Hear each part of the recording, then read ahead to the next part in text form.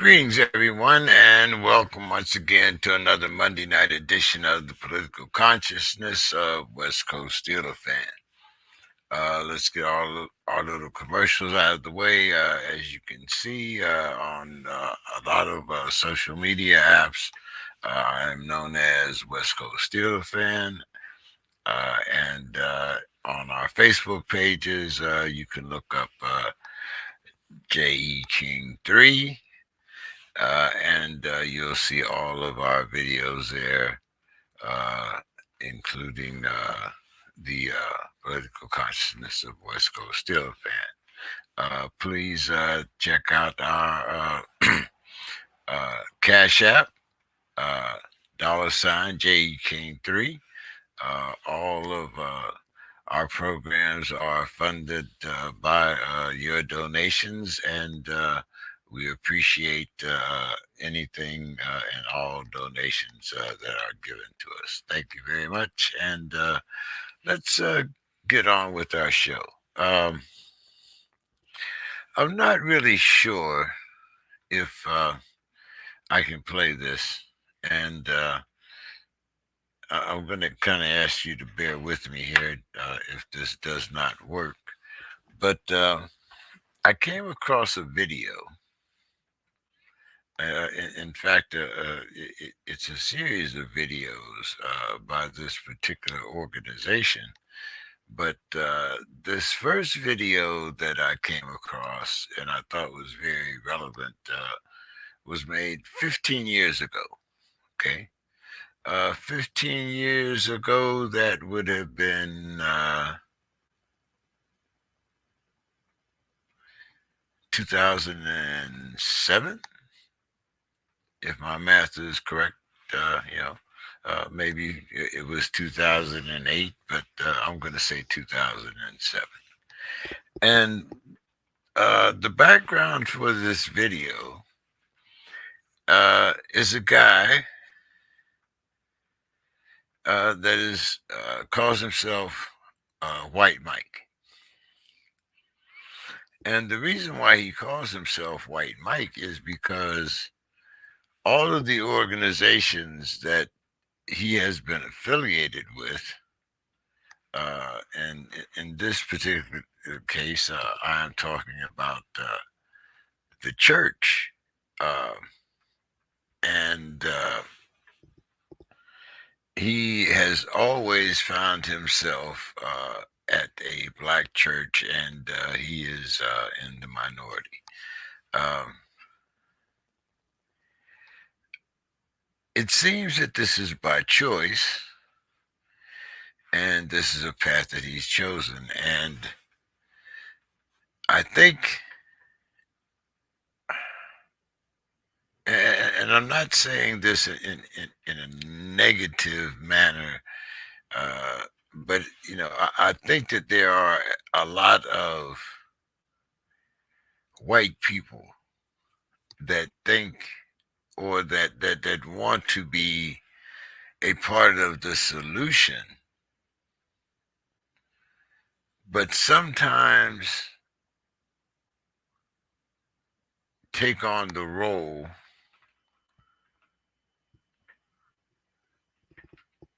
of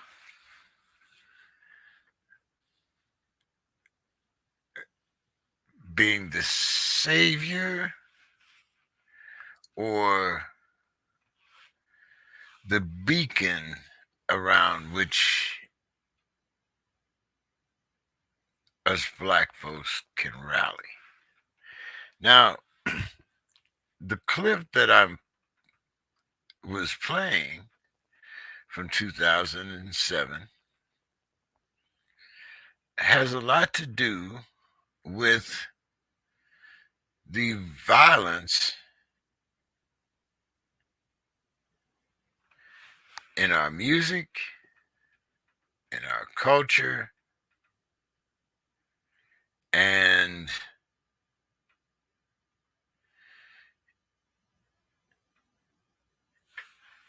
I think in a large portion,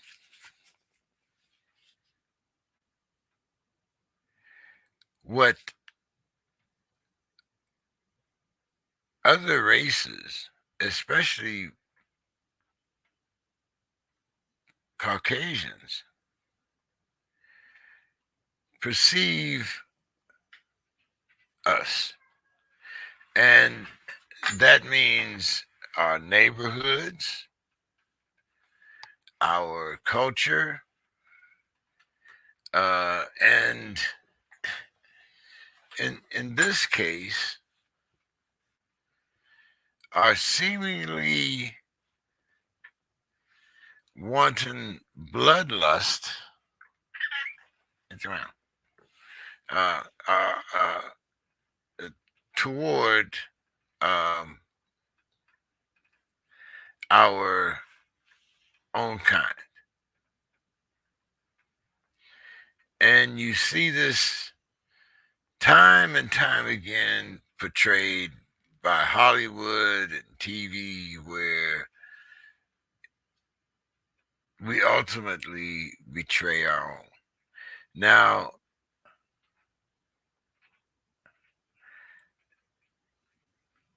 I'm not condoning violence under any circumstances, but I want to see if I can actually play this. Let's see if I can actually play this. Um, and you might not be able to see it, but I'm hoping that at least we are able to hear. Okay. This is called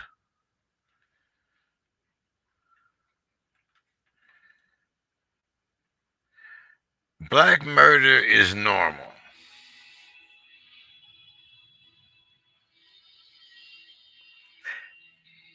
And this is by TEDx in Jacksonville. That's the name of it.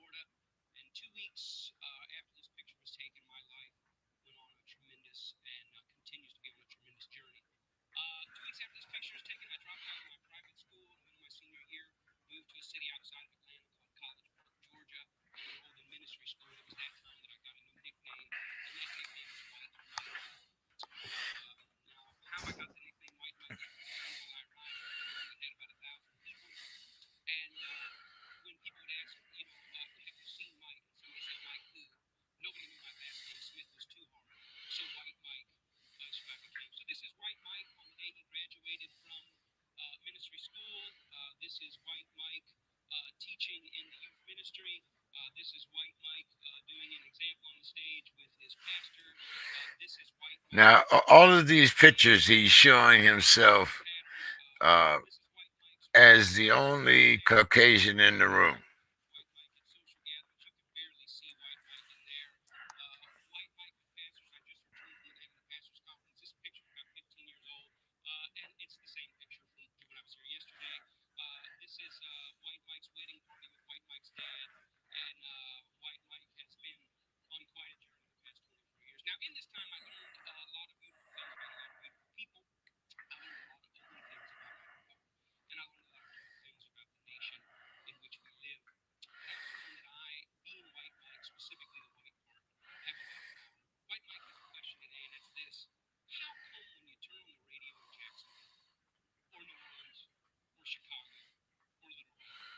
Or San Diego, or Milwaukee.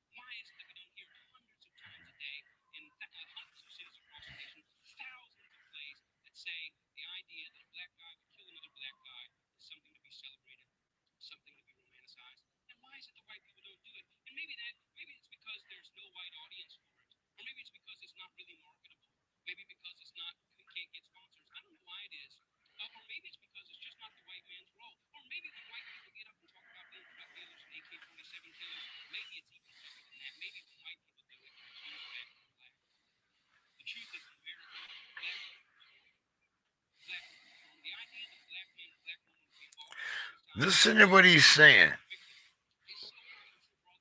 Black murder is normal.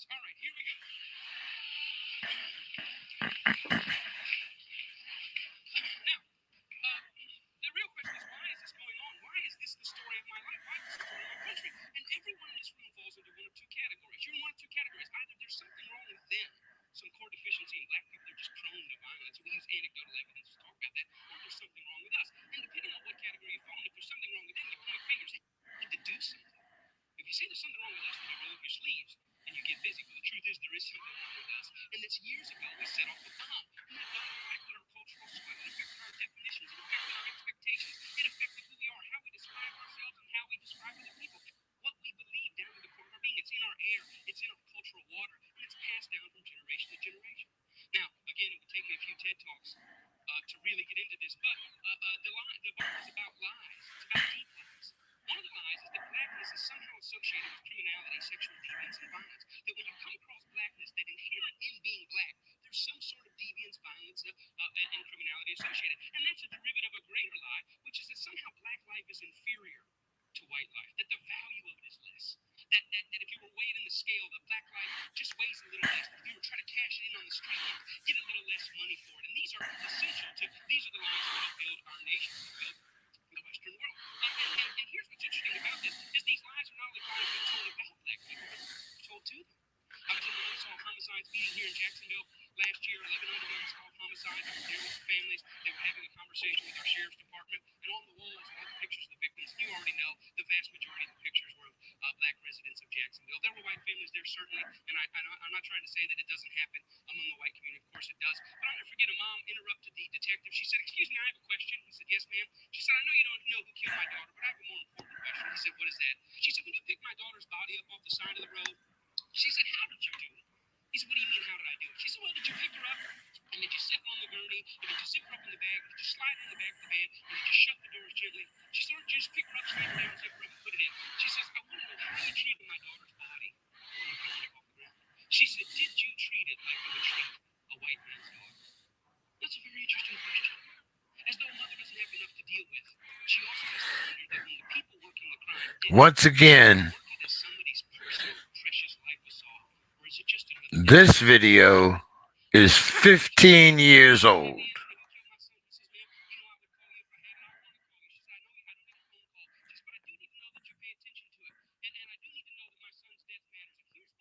She sees the files on her desk and on his desk in her mind, and she sees the stacks in her mind of dead black kids, and she sees the stacks of little white kids, and she just wants to make sure that in the common thing that happens all the time, that her son's life is just as precious as everyone else's. Black murder is wrong. I mean, when I talk about it, none of you are really shocked. Most you can say is, "Well, I didn't know it was that bad," which brings up the real question about accountability. Are we comfortable with it being like this? Are we comfortable? I'm 41 years old. Are we comfortable with living in a nation where this goes on? Well, if we're not comfortable, it's not okay. Are we appalled and outraged? And when I say we, I mean we. Are we appalled and outraged? That's the question. There are certainly people all over the country doing something about it, but when I discovered that them doing something about it is totally different than we doing something about it. Now, a lot of things that you have to understand is this about racism. And when I talk about prejudice, discrimination, and racism, the answer lies right here. It wouldn't seem like the answer is here, but if you want to know how comfortable we are with black murder, you just got to look at the marketplace. When you see this photo 1 week after Dr. King won the Montgomery bus court case, and they decided to eliminate the racist policies and the discriminatory policies, this is his picture. It was a great victory. And you know about the prejudice, you know about the discrimination, but right here on the front of the bus is the racism. Because racism exists in the unchecked and the unchallenged normal. My question is, 60 years later, what in the world is a Pepsi ad doing on the front of a bus company that makes black people sit in the back? What in the world is it doing? I mean, the Pepsi CEO look back on that today and go, "Yeah, yeah, that was a fail. Shouldn't have done that." Are they ashamed? Are they ashamed that they would have? Oh, let me ask you this. Could they do it today? If I started a bus company in Jacksonville and say, "I got this great thing, beautiful buses, I want Pepsi's name on it." They said, "Let's do the deal." I said, "But the deal is gays, blacks, and Jews sit at the back." They couldn't put their name on it. Why? Because as American attitudes change, as American definitions change, as American norms change, guess who else has to change? The marketplace. There's certain things they could get away with when that type of thing was normal that they can't get away with now. The same thing not only goes with policy, it goes with entertainment. My favorite cartoon, one of them all time, is Tom and Jerry. This is Mammy Two Shoes. Mammy Two Shoes, your name is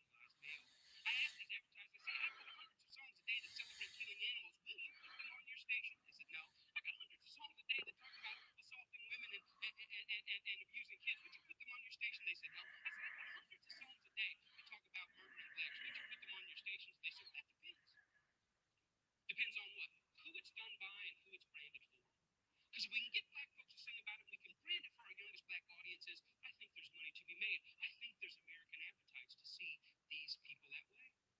I said, how can you say that? They said, well, look, it's what these artists know. It's what they, black people, create. It's matter of fact, our surveys say it's what they want to hear, which speaks of a sickness. How do we live in a society where somebody says, you know what, I'm inspired to write a song that celebrates murdering another person, and then a person says, I'd like to put that on my station. Another person said, I'd like to pay for it. And there's people out here in the audience that go, I'd love to hear it, as long as it's black owned. Because even white people buy rap music, buy this type of stuff, because we know that when we want to hear about killing each other, we know who to turn to for that type of inspiration. We call it our music. We say we own it. White people buy more rap than black people. Yeah, but we're very careful to turn it down at the stoplight when other black people are there. Why? Because we know we're just pretending. For them, it's more authentic and real. I always ask the companies, what about your name? What about your brand? What about your value? And the largest radio company in the world said this: it's okay that we only have drug dealers on our black youth stations. We only have murders on our black youth stations. We support black charities. We give out water at the Martin Luther King parade. I think we've got it covered. We bought them off. Now, people get upset, the smartest guys in the room again, you're talking about censorship. I don't believe that. I believe in censor. I believe in free art. Make whatever you want. I believe you should make music about anti-Semitism. I believe you should make music about killing dogs. I believe in this country you should make music about bashing homosexuals and driving behind trucks. I believe you should make music about stringing people up on trees. I believe you should make music about killing white. I believe you should make all that music. But I also believe that in the mainstream marketplace, people should hesitate associating their name with certain content. You know, there's certain stuff you can't buy at the store, certain stuff you can't get on iTunes because their brand doesn't want it. But if you want to hear black people celebrating killing black people, they got thousands and thousands and thousands of those things to sell you. I don't think it's about censorship. I think it's about American cultural hypocrisy. Because here's the truth: these black entertainers, they can't sing just about anything. There's some stuff that'll get them fired, and they get dropped, and they get fired, and they get slapped on the wrist, and they get disciplined all the time. Why? Because sometimes they step over the bounds. A very famous case is what happened with Rick Ross. Rick Ross is the Made Me Two Shoes, one of the many Made Me Two Shoes of our day. He's a black entertainer, and a world carved out for him, and a world carved out for him by white entertainment companies. And one day he talked about, in the middle of a song that celebrated dealing drugs and killing blacks, he made a reference to date rape. And when he made that reference to date rape, that set social media on fire. That got 100,000 petitions in 24 hours. Hey, buddy, date rape is no joke. That had white people standing outside of Reebok in New York saying, you better take this seriously. We're tired of a rape culture in America. One line in one song moved the masses. And you know what Reebok did? Did they stand by him and say, hey, we believe in freedom of speech. We believe in freedom of expression. It's just a song. Calm down. No, they fired his tail on the spot. The president came out and said, this goes against our high standards. He's gone against the values of our brand. Shame on Rick Ross. We're disappointed. We don't know how serious date rape is. When I saw that, I thought, wow, how convenient. Isn't that amazing? Here's what really happened. It's not their brand, it's not their values. Rick Ross went off script.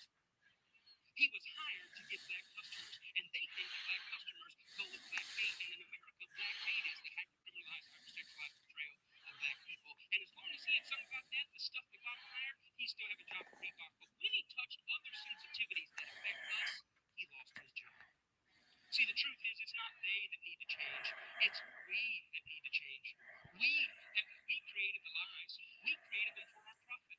We own the companies. We own the record labels. We own the advertisers, and we keep putting it out. And it's this that's got to change. I thought about it. You know what? I wonder if White Mike could get anybody's attention on this. So I stood outside of a Walmart. And I said, hey, I don't think killing cops and killing blacks is very cool. And you know what? It only took 7 weeks of Mike standing out there, and they wrote a letter and said, yeah, we didn't think it's cool. We pull our name off of that. The largest retailer in the world had never considered that maybe their commercial shouldn't be right before or after a song about young black men being gunned down. And I realized this: black murder is normal, but it should not be.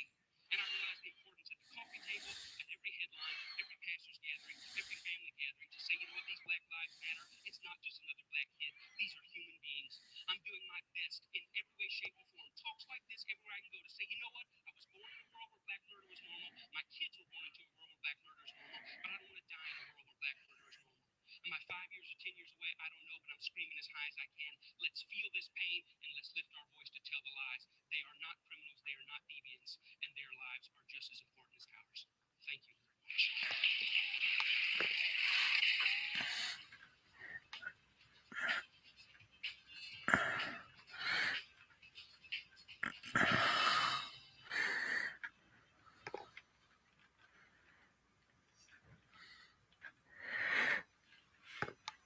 So, After listening to this, um, I was kind of inspired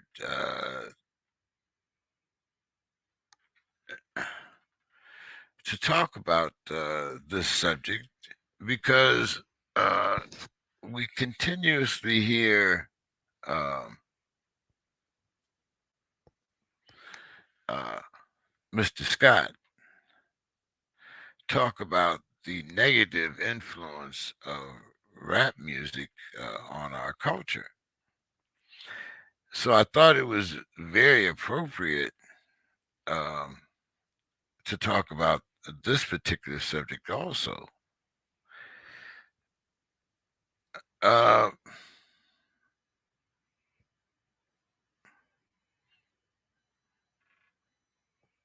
I'm trying to see if Miss Sims got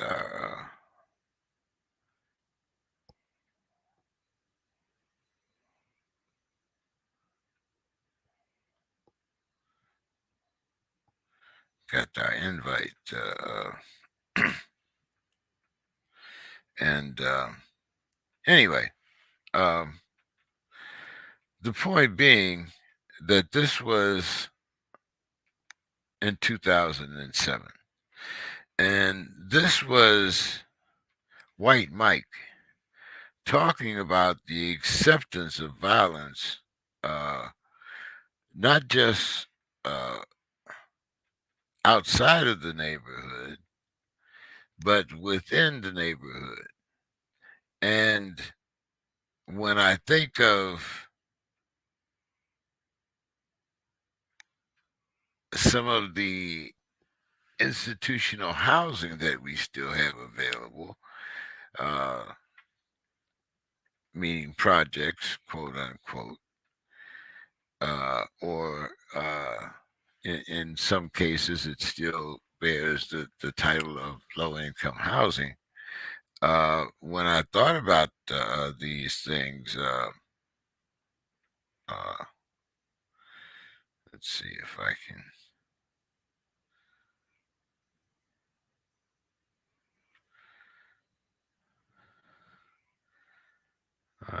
Yes, okay.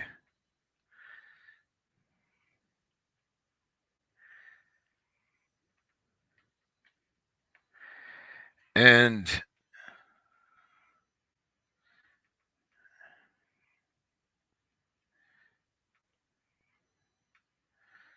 okay.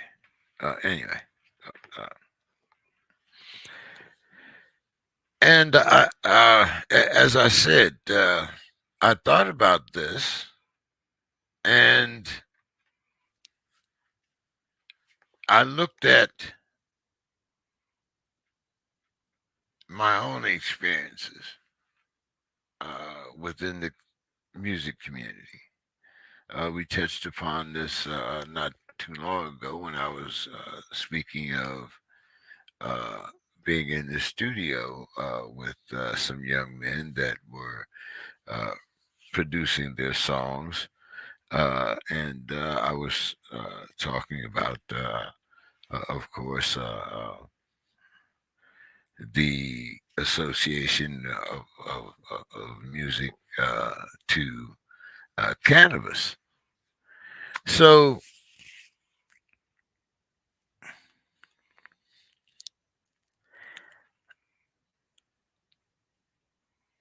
it was uh, another thing that kind of reinforced what this video was saying, or the point of this video, is um, my neighborhood. And I live in not an affluent neighborhood, but um an all inclusive neighborhood, uh, I guess would be the best way to uh, describe it. A few blocks away, every year, they celebrate the Gay Pride Parade. Uh, not too long ago, we had a Trump rally less than 6 blocks from our house. Uh, the black neighborhood is located. Uh, the black neighborhood and the barrio um, are out of the mainstream light. By that I mean um, the businesses that flourish in the downtown section, the gas, known as the gas uh, lamp section, or Little Italy, which speaks for itself. And you tend to find uh, the Chinatowns and uh, the Asian neighborhood somewhat on the outside, and then as you go a little further out, you come into the barrio and the black neighborhoods. But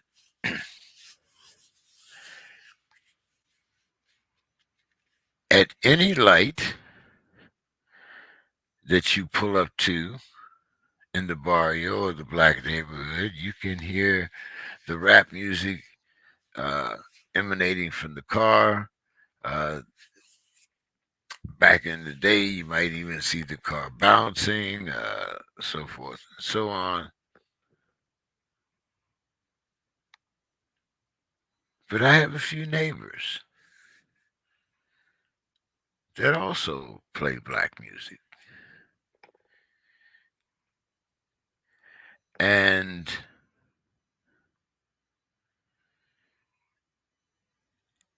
as they're leaving their home, the windows are down, the music is blasting, and you wonder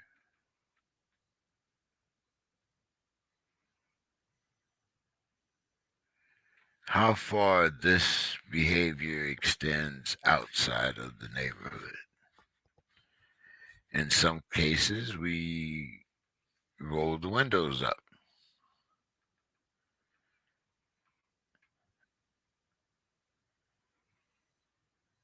but you're still bouncing your head.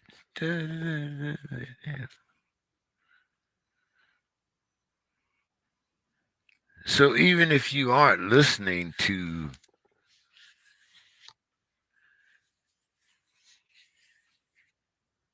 Slim Project Bob or Billy Bob Killer uh, Super Cool, whatever name that they give themselves, even if you're listening to that particular type of music,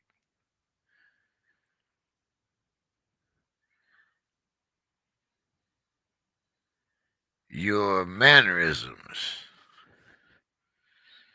tend to give you away. Now,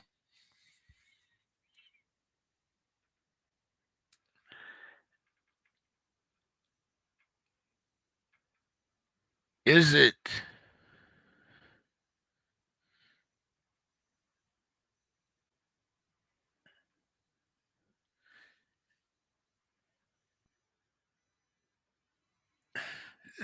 does it fall into the category of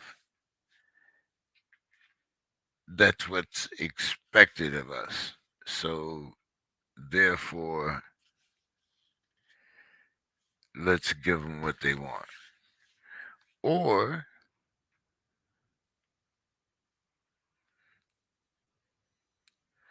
is it truly a reflection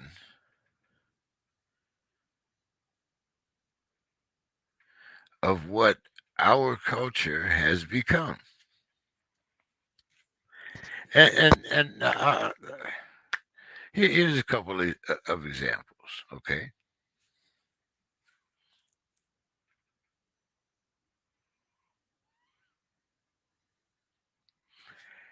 When I was in prison, you very seldom, if ever,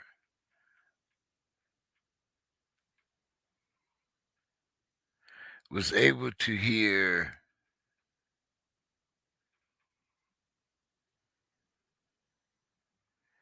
a Lost Poets album. The words of Malcolm X, Marcus Garvey were considered too radical for you to be able to listen to these things while you were incarcerated. These things instilled the wrong concept in your mind. You weren't allowed to be a rebel. You were supposed to be someone to come back and be integrated into society. So we had the Marvin Gaye's. This was, of course, before What's Going On. And we had, the Gap Band, Little Richard, uh, all of these guys, that were singing about uh, uh, love, harmony. Uh, it wasn't go and get your gat and smoke Billy down the street because he's talking to your girlfriend. No, it wasn't about that.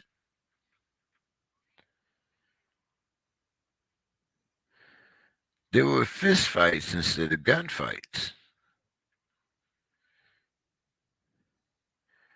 Not saying that they never happened, but they didn't happen with the frequency in which they are today. That's all I'm saying. And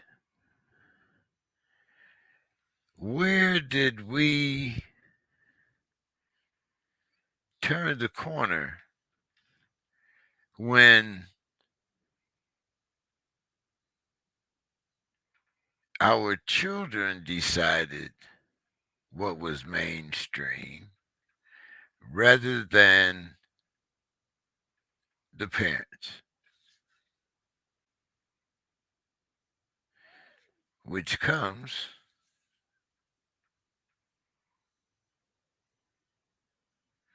with the independence of wealth distribution within the family.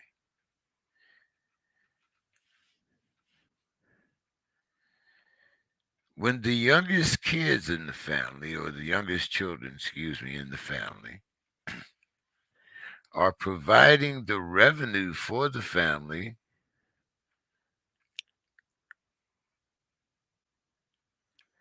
and the family is accepting the circumstances under which that revenue comes into the house, then you become complicit in the act.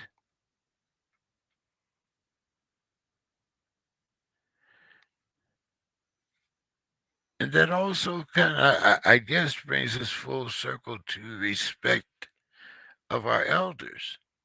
Because once again, the last thing that I would do, even as a criminal, would be to bring something or a bunch of people into my grandmother's house or my mother's house, someone pursuing me as a criminal. I see Dr. Darcy's here, so I want to get her in here and talk about uh, this effect. Good evening, Dr. Darcy. How are you doing this evening? Who is Dr. Darcy? Excuse me. Uh, I that's haven't been on the show for almost a year. Now that, you don't even that know name no more. That was my acupuncturist. It shows you what I'm thinking about. Oh man, after all of that Thanksgiving food and everything, I need a good session, but that's tomorrow's work, not today's. Uh, but how are you doing this evening, Dr. Casey? I'm doing pretty good in yourself. I'm doing fine. As I said, still recovering from Thanksgiving, and uh, sometimes you just need to push away from the table, but that's another conversation for another day. I'm sure that you had all the festivities and everything because I know how you talk about cooking and all that. So I'm sure that the feast was at your house, and unfortunately, I didn't get a ticket. But Well, uh, I really don't celebrate Thanksgiving because that is not a holiday that empowers my heritage. Um, but I did Dr. cook. Darcy, you don't celebrate these synthetic holidays? I'm shocked. First off, my name is Dr. Casey. Dr. Casey, I know. Okay. And no, I don't really celebrate any of the traditional holidays. One, I cook all the time. Um, so it's not like this day is necessarily special to cook something on because those are the type of things that I make all the time. But I don't really care for turkey too much. And so yeah, I just, went with the motions. Uh, yeah, my brother-in-law, he's from Brazil, so they went with the Brazilian barbecue thing. Yeah, there's a lot of countries that don't traditionally celebrate Thanksgiving, and I understand it. And to me, it's kind of like an old version of Juneteenth. Give them something to give them a day off, and they'll be thankful. Which goes to show. I mean, even white indentured servants were given one day off. I don't know if we even got to that category, but that's another conversation for a different for a different day. But I was. Did you get a chance to watch that video by any chance by White Mike? I have seen clips of that video before, so I know the reference points in which you are making.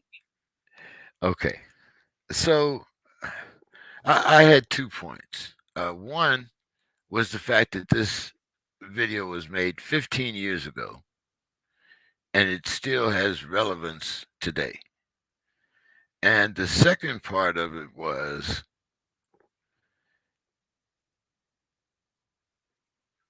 the white savior uh, element. And maybe I want, maybe this is just again, a victim of, maybe I'm being a victim of my institutionalization or whatever you want to call it. But when you particularly point out, that I'm the only white person there, it's kind of to me like some of my best friends are black, Mhm. you know. So, I but the mean, relevant, go ahead. technically, when you're in a situation like that, it's beyond your control. Um, just simply for the fact that he can't help that he's white, but he decided to move to College Park or decided to go to a ministry school that, or join a ministry, should I say, that was predominantly black. You cannot move to College Park and find a white neighborhood where you're going to find a whole bunch of white people at. So the fact his choices created the environment that he has no control over. So I think your institutionalized mind may be taking the road, the lead on that road. But it is not because I mean there are a whole lot of white people with black souls, and it's not about knowing black people or anything like that. Their soul is just different. Well, and once again, I mean, I also found, that the people that come into institutions tend to want to save your soul. Okay. Well, to me, in order for you to save my soul, you have to know something about me. You can't just put me in a category and say, well, okay, he's a criminal and, he's in here for such and such and, we need to save him. Well, you can't make me be saved. I have to want to be saved, just like anything else. If I don't have that desire, no matter how much you try to uh, bribe me. Uh, Parole board, great example. Okay, um, before you go to in front of the parole board, they give you a certain list of requirements that they want you to meet. Because you meet those requirements does not mean that you have changed. It just means that you have satisfied their requirements. So I, I, I kind of thought or visions, and like I said, that this has a lot to do with institutionalism. This has a lot to do with my views on organized religion. But you know, it, to me, it's kind of like ye who is without sin cast the first stone. You What know. does that have to do with what he was talking about? Well, no, well, my how I'm trying to connect it is, do you feel that there's a sincerity between the white mics of the world and those that are actually seeking change in our neighborhoods? Wouldn't that be the same generalization that you don't want for yourself that you're placing on him? Hey, I didn't, most definitely, and that's why I'm trying to find a different point of view. So that maybe there's a a different way, that I can release my own prejudices, because I realize these are prejudices that I have to get rid of. They're not his problems; they're my problems. But in order for me to accept what he's saying, I think that uh, it's hard for me to imagine a white man walking in a black man's shoes. Okay, so just on that point alone, we just spoke last week and stated that poor white people are equivalent to poor black people. Shit, are equivalent to wealthy black people. So to say that you couldn't imagine them to walk in our shoes, um, would be inaccurate because we agree that poor white people are treated like black people. Okay, yeah, So if he's a poor white man that moved to a black community, one, you're gonna get ostracized for being in a black community as a white man. And then two, you got the people that's gonna look at you crazy just because you are in an environment that you don't fit in, whether it's the people looking at you like that or the white people that don't understand why you're in that place to begin with, that will look at you crazy. But he faces, as we can see in this conversation, the same um, stereotypes that anybody else would face when they're in a place that they don't seem to fit. okay. Uh, Now that that being said and accepted, when he makes the point of black murder being normal,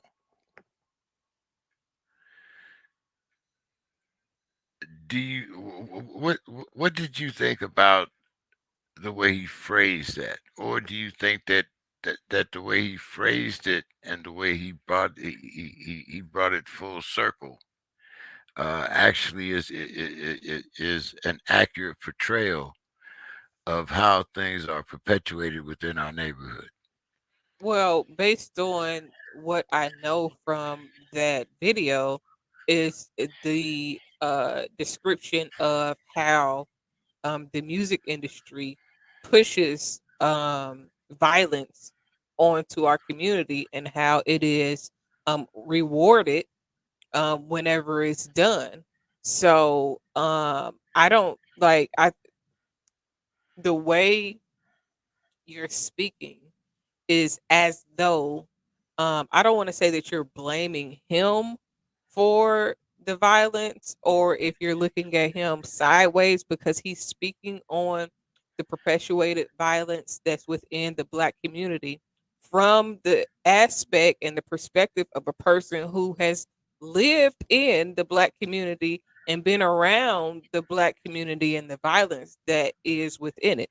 Now, in general, violence isn't just in the black community. Violence is everywhere. But if you live in the black community, you're more likely to see and hear about it because that's where you live. Even if you don't, on the news, they don't talk about white violence as much as they talk about black violence. So it is perpetuated a lot more than any other types of violence because Asians are violent. There is no race of people that has no history of violence at all whatsoever. So his perspective is based on what he was exposed to. In order for you to have a full length perspective and to be able to get a further perspective because he is white, because there are conversations that other white people will have with him that we as black people will not be privy to. So there is information, there is conversations that he can go and sit in a room and he may not even have nothing to say in the room, but he's able to sit in the midst of those people that will tell him, "Oh yeah, this is what we do, this is how we do it, and this is why we do it, and this is what we will continue to do." But those same people will not speak as candidly or loosely if that white man or if that white man was a black man. They would not speak as liberally about what they're doing, why they're doing, how they're doing, and their plans to continue it in any other form. So to be able to have a white man that has been brought up for the most part and trained around and with black people to be able to give you an insight that black people won't be able to give you, I think that it's very useful, if nothing else. Okay, now I'm glad you said that because this brings me to the elders in our community. And I wish Mr. Scott was here because this is a question I think that has a lot to do with uh, the way his generation and probably most of my generation uh, view the rap community. Now, you know, because of my background, because of my brother's involvement within the music industry, I'm probably a little more susceptible to some of the arguments, and I probably understand the arguments. But if it, a man such as White Mike can point out these things with our community and be listened to, why are the voices in our communities either silent or filled with condemnation? It's not that the people, the that black people are silenced. It's just that a lot of times, black people don't respect what other black people have to say. If it comes from a white person, It sounds more profound. It sounds like they know more. And black leaders are often doubted within the community. So if I start a show, which I have done, and I am offering information that can help you, that can, show you how to improve yourself. A lot of times, those shows and the people that are trying to help within our community, from our community, and supported by our community are not supported. They are not trusted and believed.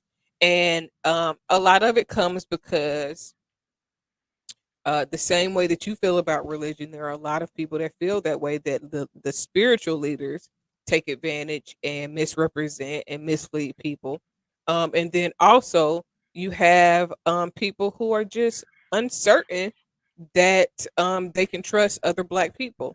A lot of that is self problems. They don't trust themselves. So they figure, if I can't trust my uncle or my aunt or my mama or myself, then there's no way I can trust another black man. But that is not the way it should be, although that's the way it is.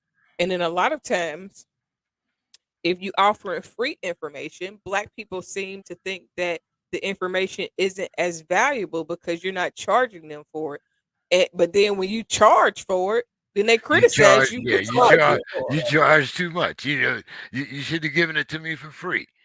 But if you give it to them for free, they don't seem to value it. They don't respect it, because if it's free, ain't nothing good free. Yes, it is. It's a lot of good stuff that's free. You just got to get the right free stuff for it to be good stuff. So but again, within our communities, we have been taught to look down amongst ourselves and on ourselves. So if you don't think that you're qualified, then you're going to automatically think that somebody else isn't qualified. If you don't believe in yourself or trust in the people that's in your family, whether it be the elders or whatever the case may be, you're going to have the same issue. What we fail to realize is there were white people then that were no different than white Mike. When you think about the Bernie Sanders, when you think about the other people that took on roles that were, they didn't have to take on those roles to fight for civil rights or for justice for black people, but they did it anyways. No different than the white abolitionists or other white people that helped slaves to escape and to move around when they were subjected to slavery, and white people in general. So to believe or to think or to even ponder the thought that a white person um, is disingenuous because they simply because they're a white is it's it's not becoming. Okay.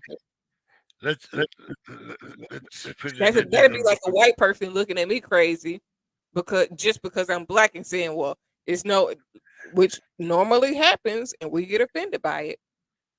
If a white person looks and says, "Well, I don't think that they're smart enough because they're black, or they don't know enough because they're black," it's almost like the shut up and dribble aspect of what goes on in the society, where if you're black, they don't feel like, if you're black and you're any type of an artist other than a professional educator, then they look at you like you can't know what you're talking about. It's not that you don't know, it's not even that you don't have education, because a lot of sports players end up getting education along with playing sports, but they're not respected because they're black. So to not respect a white man, or a white man's opinion, simply because he's white and he's not black, and you couldn't imagine him going through anything that black people go through, is the equivalent of white people not respecting us as black people just because we're black. Okay. But if we know that the music community is controlled by a certain group of people, Hmm. and it always has been, then why don't we, as black people or as consumers, period, use our power of the dollar to say, this is not acceptable, instead of embracing the movement and spending our dollars in hip hop fashion, hip hop, the concept, hey, Black people don't value black people, so for you to think or to believe that black people will actualize what their dollar means to the world, you I think you're expecting too much from people who don't value themselves, which is just what I explained a second ago. If I but don't wait, value but wait a minute, hold it now. myself, See, because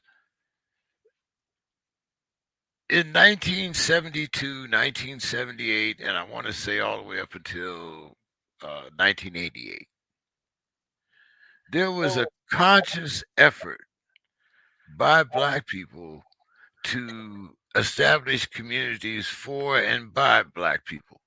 Now, what we all know, the outcome of all that, but we have a history of trying to unite. At least, I mean, when you go back to my generation and you start talking about boycotts, you start talking about uh, people actually talking about the importance of your vote. You start talking about education and establishing home ownership within your communities. These are all things that we tried did they several work? generations. Well, does that mean that you stop trying? Are you gonna keep doing something that don't work? Isn't Uh, that the definition of insanity? To continue spinning your wheels on something that you know is not working. So are you saying that there's no hope for black people? That we're gonna continue killing each other for perpetuity? That we should not want something better for? I mean, our Everybody don't want something the, better. the Just because excuse you want the something excuse for better for us, the excuse for my generation of we don't want our kids to go through what we had to go through. We want them to be able to have a home. We want uh, two cars in the garage. We want both. clearly that was not the mindset of the people of y'all's generation, because those things were not accomplished by a majority of them. See, No. what the generalization that I see here is you generalizing small movements with big effects. Like the movements that happened then were very small. They were isolated for the most part. Um and although they may have had some effect, those are one, we're not dealing with the same generation of people. You're talking about people that they really don't have a care about one another, because again, if you don't care about yourself and you don't see yourself living long, and you don't care about the next person or if they live long. If you don't see yourself growing old, you're not going to care if the next person grows old. If you don't see yourself raising your children and being a good person and doing all these things, you don't care about the person that's raising their children, being a good person and doing all these things. Until we have self realization on a large scale, we will never see change, because as long as you look at yourself as not good enough, not worthy, and all those things, then you are going to project that out. If you hate yourself, let's say you was raised in a household where you wasn't told you were beautiful, handsome, cute, or whatever the case may be. You were never told that you were smart, intelligent, that you could do whatever you want to in life. You were never giving the tools in order to grow past what you see in your immediate space and environment. Then it's going to be difficult for you to respect, honor, and see those things in other people. Everybody isn't like me. Like for myself, I saw what I did not want to be like. I looked at all the things that I was missing and became the things that I lacked. But everybody does not have that willpower. Everybody does not have that mentality to say, I'm going to be different. I am going to change. I am not. Because let me tell you something. I didn't think I was going to ever leave Dayton until I left Dayton, Ohio. I thought I was going to work at GM, just like my mama worked at GM, just like my daddy worked at GM, and several of my family members. I saw no way outside of that until I left for the military. And even with that, when you seeing your friends get killed, when you seeing your families get killed, when you don't move outside of your city limits and all of the people that you love are dying young, whether it's from gun violence or whatever, then your perspective on life is minimal because you're thinking, I'm never going to leave here. I probably won't see the age of 40. I probably won't have a good job. It's a lot of things that you don't see yourself being able to do or accomplish. A lot of that is discouragement by what you see in your environment. And the other part is that is because a lot of children didn't get taught self reliance or resilience or any of those things. The generations before us, okay, we have the generations of civil rights. The people that participated in the civil rights movement didn't give most of them didn't give the proper attention to the people, to their children and the people that they love. So they were kind of on their own. So the next generation, which would be the generation where my mother and them are in, they became either neglectful or overbearing. Both of those extremes breeds not so good results. It takes balance in order to really raise a child, because if you're very neglectful and you leave your child alone a lot, then they're basically raising themselves.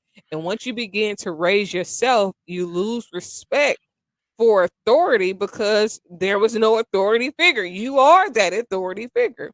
And then when it's overbearing, you almost lose respect because you don't get a chance to experience any portions of life on your own. So, in that extreme, the minute that you get a break from all of that, you go wild. Most people go wild.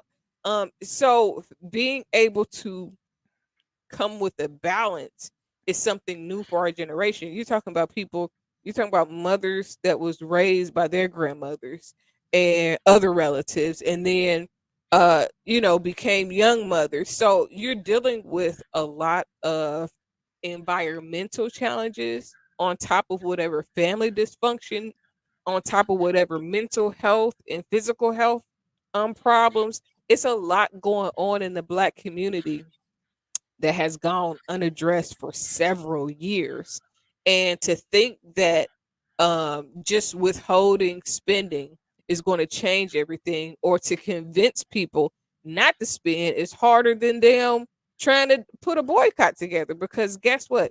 It's some people that they feel like they can't survive without spending their money, despite the fact we got a $1 trillion of cash flow circulating some way, shape, form, or fashion. Most black people broke. So where the trillion come from?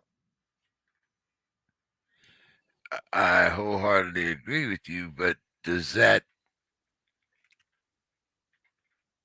the, we once had a slogan: "It takes a village to raise a child." Have we lost the village concept, or has the child lost respect for the village? Was the village ever really raising their children? Because it kind of depends on the mindset of the village raising the children. Because you got some people that were abused, manipulated. It's a lot of stuff when we talk about how things were, because there are people that abuse their power within that.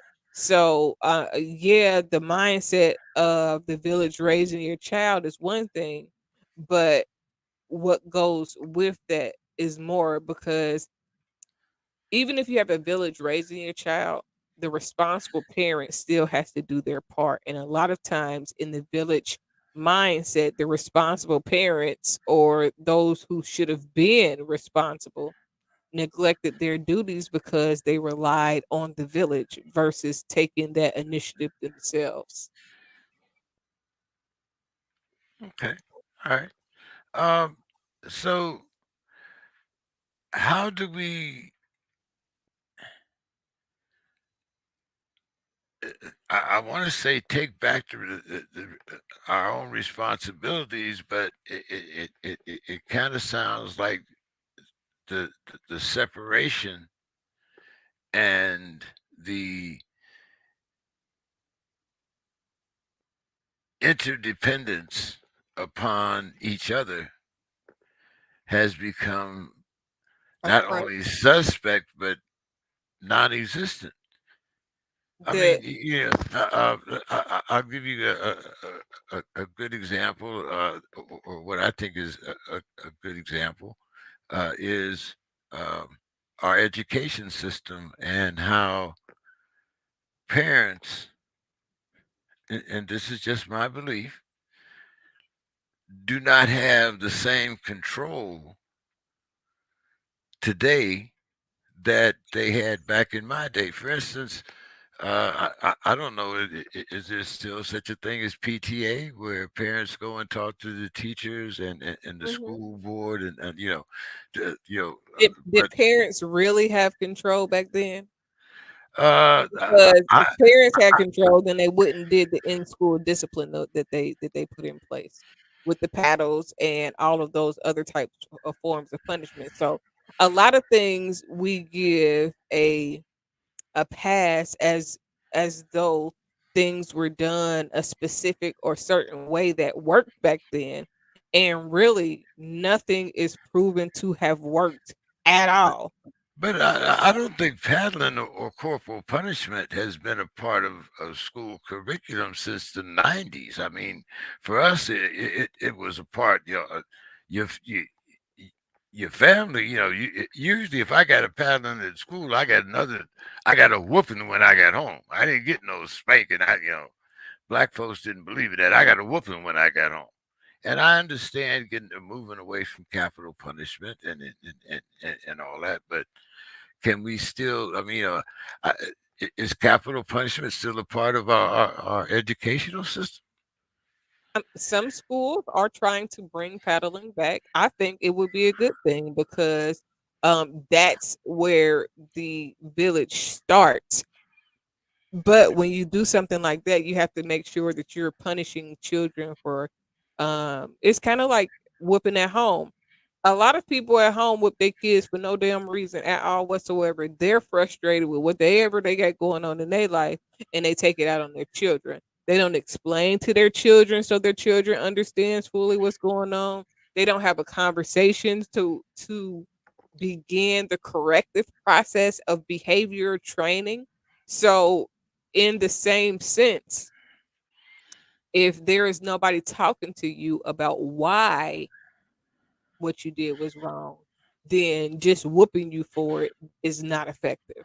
And a lot of times, children, especially back then, they weren't good because they were good and well behaved and trained. They Hell were no. good because of fear. Fear, yes, And sir. fear That fear. But that's the same reason why the slaves were good, because of fear.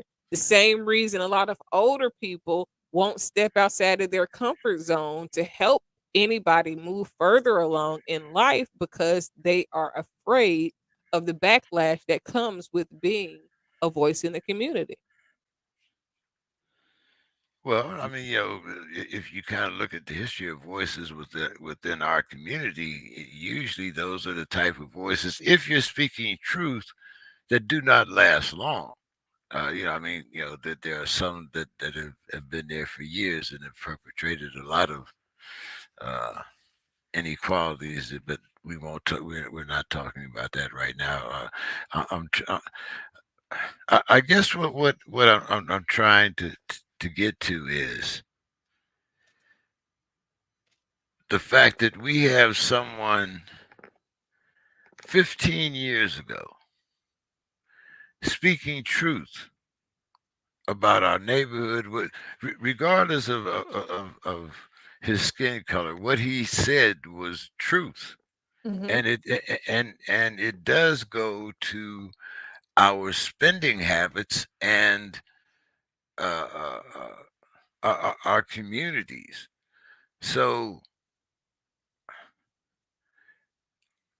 I've been frustrated because things haven't changed in the last 50 years. Why haven't we made any progress within the last 15 years? And uh, I'm not saying that Kanye is a good example, but he is an example of how the efficiency of economic reparations works for other groups of people, but it doesn't seem to work for us because in less than 24 hours, uh, by his standards, not by most standards, but by his standards, he was broke and had lost his business. That's because he's signed to people that he's trying to criticize. You cannot criticize the person that feeds you and think that it's gonna be okay. But if that but if that person is feeding you poison, can't you ask for a change of menu? Guess what? You can leave, and then guess what? You got to figure out how to feed yourself. So Okay. he's at the place right now where he's trying to figure out how to feed himself. But he wasn't. He's a billionaire.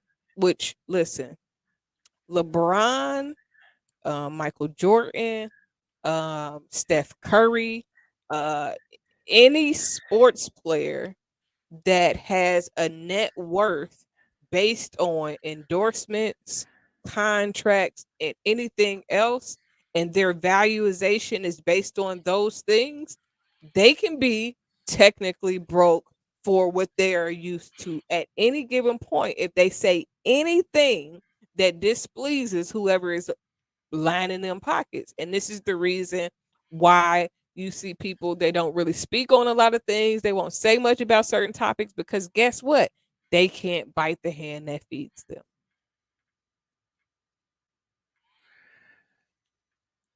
So, what about the little man? The guy that I mean, come on, these sports figures buy the same music. I mean, you can see them coming into to whatever arena or whatever, and you ask them what they're playing, and they'll tell you they're playing this guy or that guy, or you know. So when this music is not only accepted by the mainstream, but by our so-called heroes. Did you stop listening to Ike and Tina when Ike was beating Tina ass? No, as a matter of fact, I went and shook Ike's hand at the crap table during that particular So what's the difference? not because he was whooping Tina's ass, but because he was Ike Turner, So what's the difference? well, but that There is no difference. well, but that I guess that's my question. Why haven't we been able to make a difference? And I mean, okay, so maybe The not same way within you my idolize maybe Ike not within Turner, my 50 years, but you know, why not the last 15? do you think that the children of today, the ones that are growing into adults, do you think that they view um Michael Jackson different after he was accused? R. Kelly, even for that matter.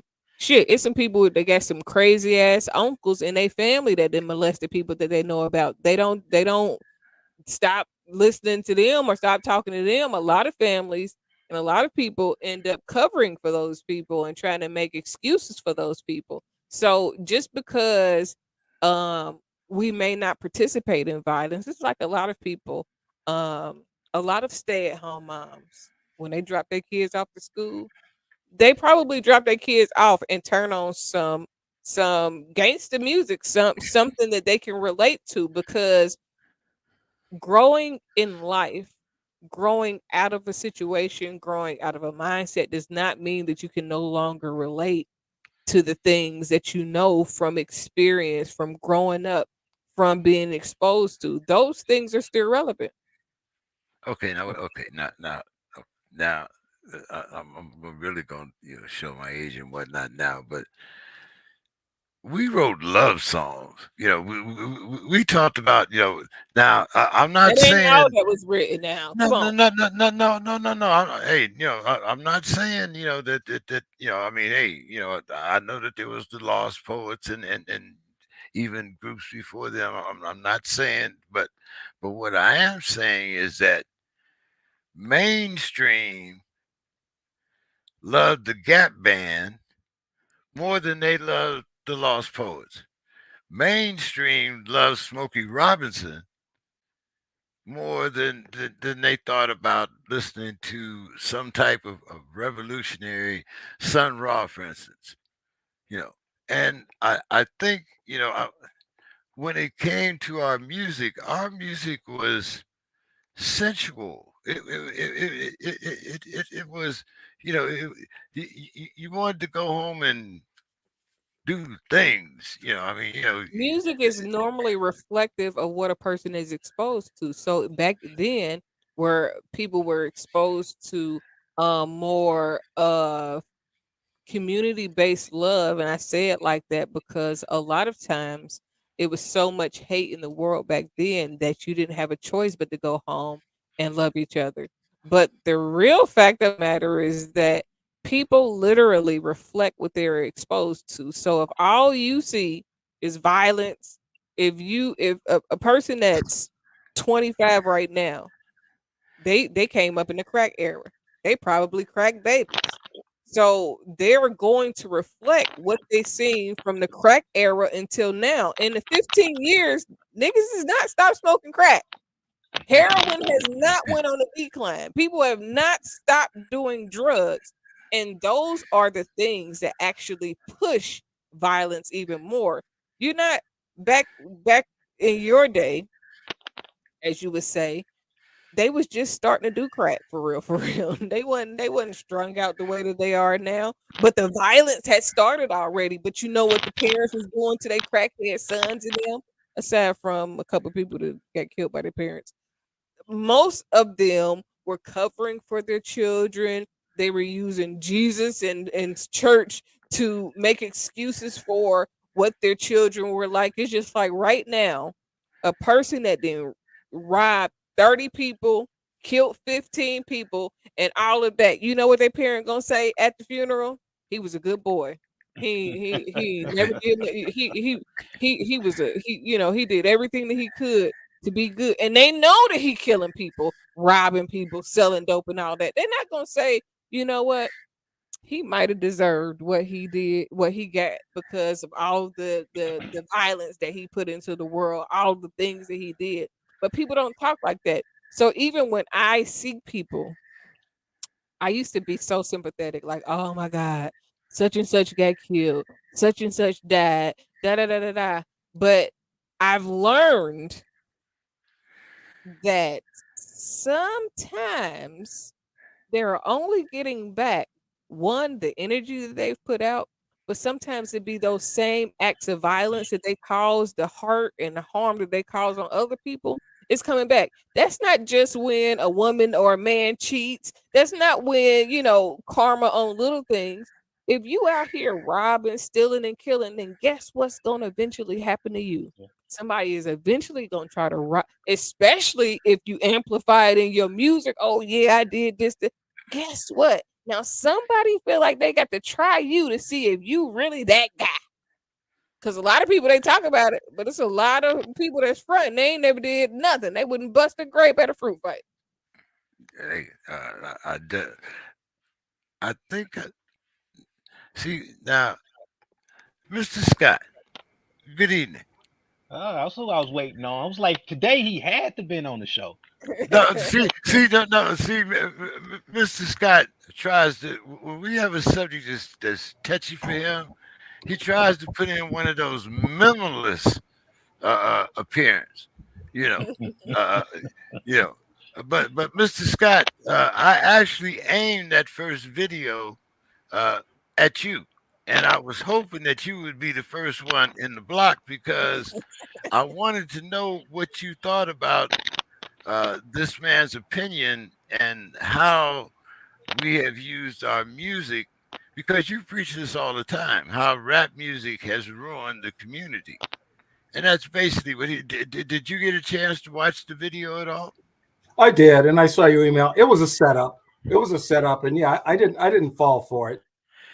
Yeah, I So should, and so the now reason you believe it was a so setup. But the reason I didn't come in earlier is I had to go to a meeting. They have this thing they're doing up here. What they're going to do with the George Floyd area, and just briefly, I don't want to cut into the program, but they've been having these meetings, and they've got this thing. They showed me this beautiful thing where they're going to make this thing George Perry Floyd Center for Peace and Justice. And I mean, I just about fell off of my chair. I mean, we have had so many brothers and sisters here that have. Harry Davis had a great boxing program, ran for mayor here in Minneapolis, almost should have made it back in the 60s, did so much for our community. George Floyd wasn't from here. George Floyd, he wasn't from here. I happened to be in St. Louis when Michael Brown, the thing happened with Michael Brown in Ferguson. I happened to be there. And they tore that place up, and it's still they're not honoring Michael. This not going to be the Michael Brown Peace and Love Center. That no. We need to fix the problems that cause this shit. This is what we need to do. We need to fix the police that have that mentality, and we need to root this stuff out of there. All this cosmetic stuff. So I'm just kind of like, it drove me up a wall. So I figured maybe I need to talk to you guys for a while and maybe ask Brother War what he had for Thanksgiving. I'm sure he didn't have any. Well, I'm not going to mention it. I'm not going to mention, but I was just curious of what his menu was. But just continue. You don't pay no attention to me. uh, but but but Mr. Scott, so At least he had some cornbread. I'm sure he had at least some cornbread. I stay in a house full of Filipinos. They don't know what cornbread is. Well, rice that works. I mean, Rice is every day. He Right, said- right, right along with diabetes. Okay, let's keep it moving. so, Mr. Scott, you didn't believe in the concept that uh, this is, this music is accepted and sold with our community due to the fact that we have lost uh, sight of the value of life, and we accept this expression of music because it is the norm. well, I think I just heard the end of Dr. Casey. I think she was really on my side about what's happening with the rap and the mentality of what we're facing with that the whole music thing. Music can be an inspiring thing. Music can go a whole lot of different ways.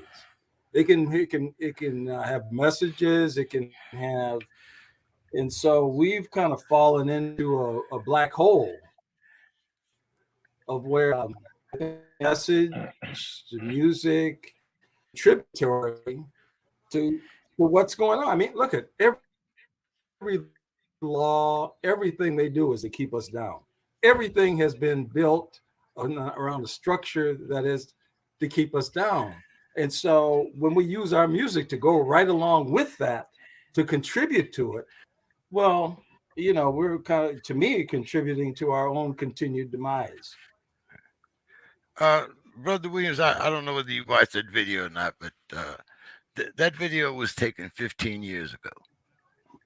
Yeah. And my question is, why haven't we been able to make any type of progress? I look at some of the things that happened during my generation, where supposedly the Equal Rights Act, equal opportunities in education, and all that. But it seems that after those things, we became complacent and we have taken a step backwards. So, it is would you say that our music reflects our present culture, because it certainly doesn't reflect our history? Right. I would say that, but one thing you have to add to that. It just goes into the fact that I watched the video. I didn't watch all of it, but I do want to say this. We have to understand how music is weaponized against a population, and to me, that's the bottom line. It's about making sure the current generation and the younger generation is bombarded with these type of messages that to keep them in the cycle of wanting to be self-destructive and also keep us in a cycle of being consumers. Either the music is talking about killing, or the music is talking about spending your money to the point to where there is no investment within yourself or your community. And I think all of that is just basically by design. And the intent is to make sure that the black population stays within a certain sector, as well as to continue the illusion that we are dangerous, which makes us that much more easier and be indispensable as it applies to uh, coming up out of the situation that we are put in. I just think that what music has basically been weaponized against a population, against the black population, and unfortunately, because to me it even ties into that first video you sent in regards to identity, because so many of us tie ourselves into being an individual. We are quick to sell our souls, sell ourselves, and sell our identity for the sake of making it and continue to push in that line. You know, to me, it kind of just goes back to what I grew up on when it came to music. Who had the greatest influence on me was groups like Public Enemy, Ron DMC, uh, KRS-One, and the type of music that they were projecting and putting out is nothing like what you hear now. Which I also grew up on NWA, but at the same time, I understood balance. Whereas basically when one type of demeaning music ends up taking the front seat and becomes the norm, and then it actually becomes what makes the industry in terms of the direction it's going. And then you have to understand those people that are behind the scenes fueling those type of messages. To me, it just goes right back to the same warfare that we always find ourselves in when it comes to trying to be conscious as a people and trying to make change in progression. I just look at it as another form of attack. And with the advent of technology in terms of where it is right now, it just makes it that much more easier to spread these negative messages. And when you try to come out and put out any message that is counter to this, don't forget you get labeled anti-Semitic. You ain't got to mention the word Jew. You just simply have to talk about what creates these conditions that make the music what it is, and who are the predominantly people affected by it, and that's going to get you a strike. Mr. Scott, I mentioned this to Dr. Casey, a little while ago, and uh, our generation, or maybe I should more likely say your generation, but when I was incarcerated, and one of the things that we used to do is we used to send tapes home, and in the background you'd be playing that music, like maybe Smokey, or you be talking about love, you be talking about what you gonna do when you get home and how you gonna change and all that.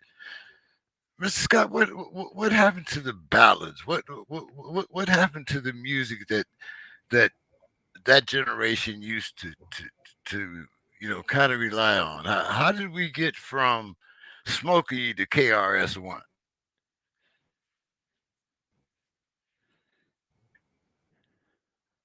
I think his signal's bad.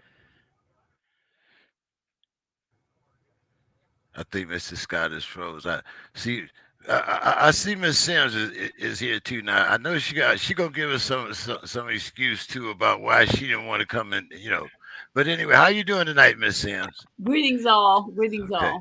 She didn't want to be set up. She didn't want to fall for the setup either. I'm gonna try to get on this other computer and see what that goes like. Miss Sims, what did you think about the video that I sent and the effect of music upon our present day black community? Not a lot. It's all for me as I watched it and looked at the audience and who was speaking and where it was. It's money driven in regards to the TED talks, etc., etc. But it things like that, just over and over hearing negative things about black folks, murders, etc., etc. If you just keep dwelling in that and dwelling in that, it does have an effect on your mental thinking and think that is normal. That black folk being murdered isn't normal, and so it was kind of depressing to me. But is it part of that word that you always like to use? Is it part of the strategy? Well, I think, and I listened to the question you put to Mr. Scott in regards to the change, and I think various things happen over the years in terms of going from the old school to the new school type thing. One of the things again is money did play into it, and I think a lot of the our black folk and whomever, as time evolved, found it easier to get into the music industry with a lot of the rap songs, etc., etc. Because number one, you don't have a lot of times you don't have to have a singing voice per se. So, uh, in regards, if you can, do the words and the rhyming and catch people's attention, um, a lot of times you get into that market and thing. Here again, it's money driven, so it's been easier for a lot of, especially a lot of the younger generation. If you think about our age, our old school, Miss King, you kind of remember that usually you didn't see a lot of the younger generation in terms of high schoolers and uh, really the people were young, but they weren't as young as artists are today, and making money, that are still out there making money. So I think that's one of the things that has contributed to the influx of a lot of different things in terms of the music. Uh, Brother Williams, as a working artist, do you find that? I mean, not saying that we were you know musicians and nothing, but I can remember going out and on the corner and do wopping with the boys and uh, talking smack and all that. How do you think that the music industry moved from? I mean, I don't even know if you could get four guys to stand on the corner nowadays to sing or perform any type of act without gunfire somewhere or something jumping off. How did we get to this point from music being an expression of uh, love and compassion to uh, an expression of violence and uh, basically telling on yourself? Again, I take to the position that it was basically utilized to target us and to take us further down the rabbit hole of being self-destructive. That's just the answer to me, because it has nothing to do with talent, like what Miss Sims was talking about. That's irrelevant. Whether a person has talent or not, there is a concept called being industry made. You can pretty much make somebody famous or talented, how the persona of that, but that has nothing to do with the type of music. You do not have to have derogatory music in order to be projected in order to sell albums. That has to do with what is as being promoted as the appetite that you want the people to have. It is radio programming. Just look at the words, what it is. If you constantly repeat something over and over to somebody, they become accustomed to it. And by Mhm. becoming accustomed to it, it becomes what you call an acquired taste. An acquired taste is the same thing with it, regardless of what sensory input is going through. And so, knowing that the promoted sensory input in terms of where they wanted the generations to go is to create this negative derogatory style of music to be the mainstream type of music promoted and projected. That's the bottom line. That it to me is just a form of an attack, period. And mind you, that's not all that the music is. It's just that's the stuff that you're going to primarily hear over the radio. Now, if you knew where to go, you can inundate yourself with progressive, positive Yeah. rap music and hip hop. But again, that's not what you're going to hear on the radio because they have an agenda. It's like, for instance, I tell people with one of the concepts of hip hop. Again, going back to KRS-One as a teacher in terms of an example. Hip hop means highly intelligent people helping or healing oppressed people. How many of y'all ever heard that? Heard it put that way? That's what hip hop is. That's not what rap is. That's what hip hop is. And see, when I got introduced into the hip hop culture, the idea is that we formed what you call rap cyphers. And within the rap cipher, we did stand around on the street corner, and what we did was we rapped about the different things that are going on, and we challenged each other's skill set in terms of being able to come off the head with something. And remember, hip hop coming from the standpoint of what happened in New York, it replaced gang banging. It replaced us killing each other. It replaced all of the negative stuff that is now being projected and promoted through the music. Okay, so it was weaponized once it was commercialized, and then at a certain point they weaponized it against the people. But that is not the essence of what rap and hip hop music was. That is not the foundation. In fact, it's no different than a video we did, the Panther Party we did today, to fire back at some young kids who call themselves being introduced into the movement who have no understanding of the foundation of what the Panther Party was. And all it is the same thing again. When people don't know the origin of something, they're quick to misjudge it. They're quick to fall for the trappings and all of the mistakes and all of the propaganda that is portrayed and put out about it. And the essence of what hip hop music was and is not the mess that you hear on the radio that has to do with booty shaking, has to do with selling, buying this and buying that, and killing this person and killing that. That ain't the real essence of what the music is. That is what they want to feed the population. And so therefore, because most people or buy into radio programming. They think that's what the kids want to hear because that's what's being promoted. So the problem is we don't know how to distinguish between where is this targeted message coming from? Where's the source of this stuff? Because it ain't the youth that should I say that started and created and promoted the trend of hip hop. That ain't where that came from. Talking about one thing going into where you rap about what you've experienced and what you went through is supposed to evolve into where you want to go and what you want to come up out of. But And that is everybody not what's doesn't happening. evolve though. Some Go, people, go despite ahead, Dr. what K. they accomplish, despite what they get, it's just like let's use Michael Vick for an example. Out of all the money and all the accomplishments that he had as a football player, he still had his money and his likeness tied up into dogfight. It's just one person. You But didn't there get are you couldn't take the hood out of him, right? Because he surrounded himself by hood characters, even though he made money.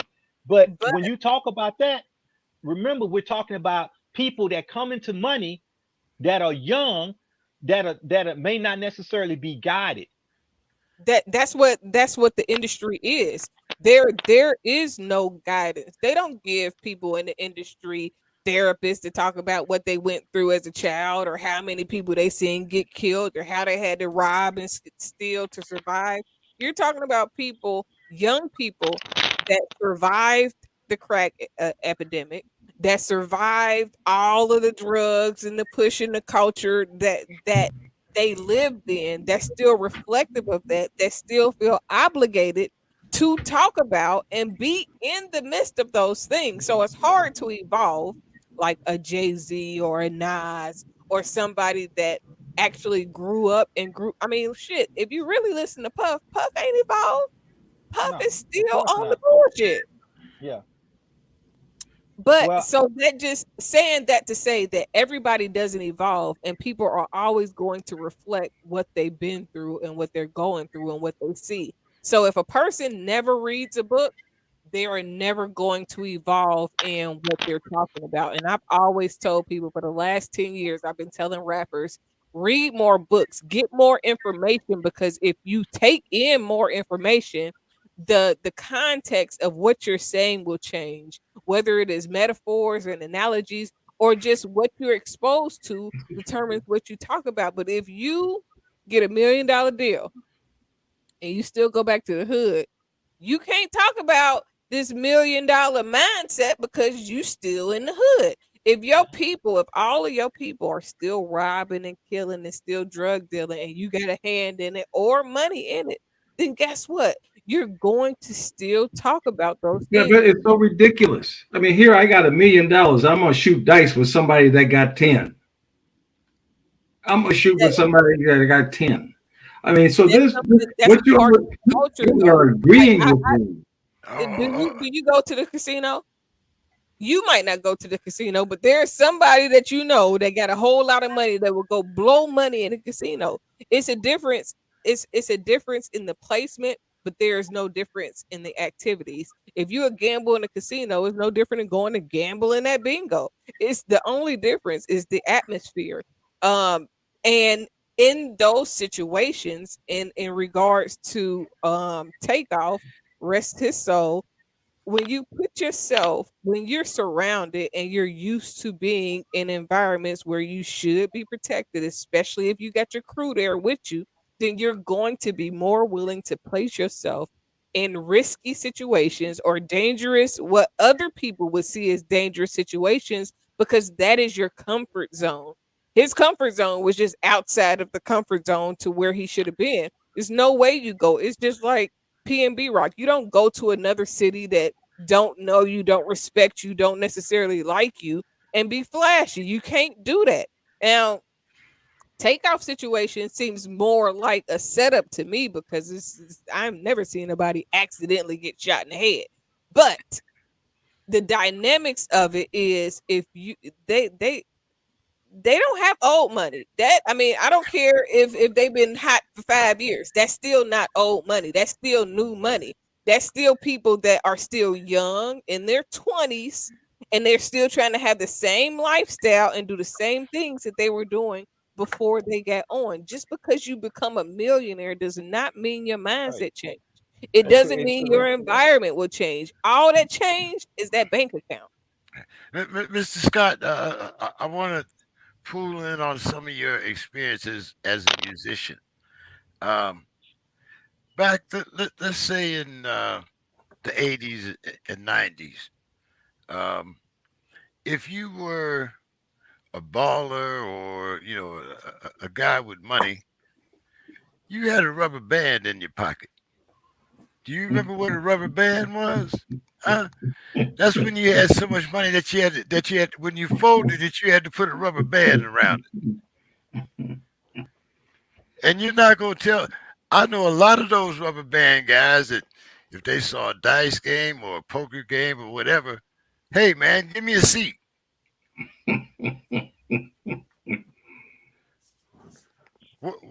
What happened?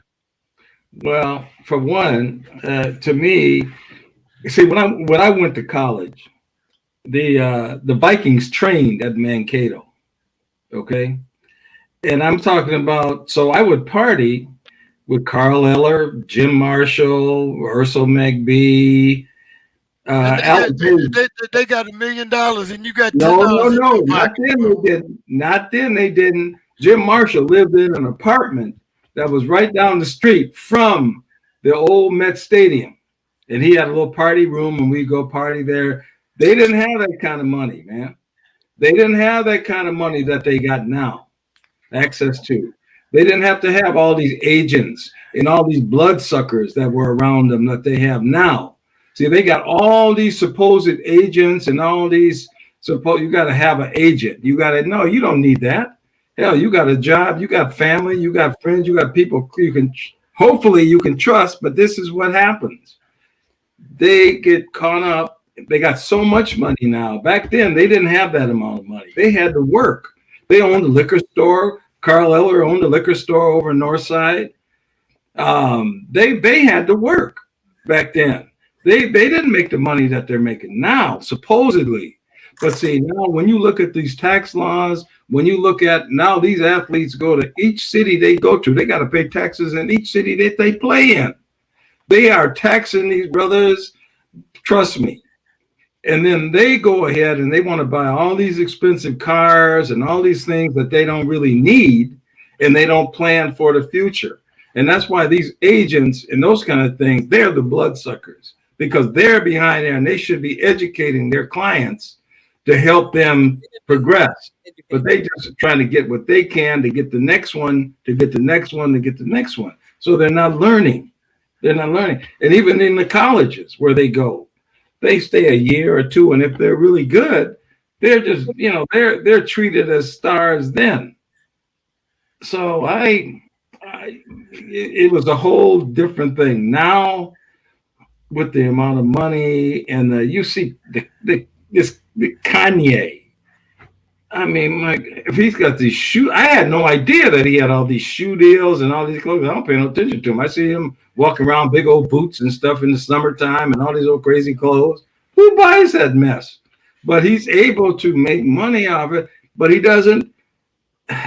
He has people around him that are not feeding stuff into his head to say, "Look, man, there's other things you can do with this." You have to really figure out what the game is, because the game I mean, it's beat a lot of us. It's beat a lot of us down. And they get up in there and they're targets. They're targets. As soon as they get the contract, oh, see my cousin, he got the dealership. Go see him. Go see this way. You gotta have this car. Oh, this is a real estate man here. You don't have no family. You don't have no kid. Why you need a big old house somewhere? You don't even have that yet. They're young. And so it's terrible. And I think the thing is always it's all set up to take advantage of us. The laws, everything that we see is set up for that. And we have to really open our eyes wider and see what's going on around us and focus on ourselves, our families, communities. And we don't do that. I mean, did you vote, Dr. Casey? Did you go vote for the Herschel Walker, Warnock? I mean, they're early voting there. It's Sure. I haven't early voted yet. yeah, Tuesday's the day, but Brother Williams, I think uh, Mr. Scott kind of lost the idea of what I was saying when I was talking about the rubber band and the fact that every generation, regardless of who they are, uh, has used that rubber band to make an impression. Look at how much I got. Every morning when I walk out, I can put X amount of money in my pocket. I can go and buy a car if I want to. I can do all of the material things that I want or that I need or that I feel that I need.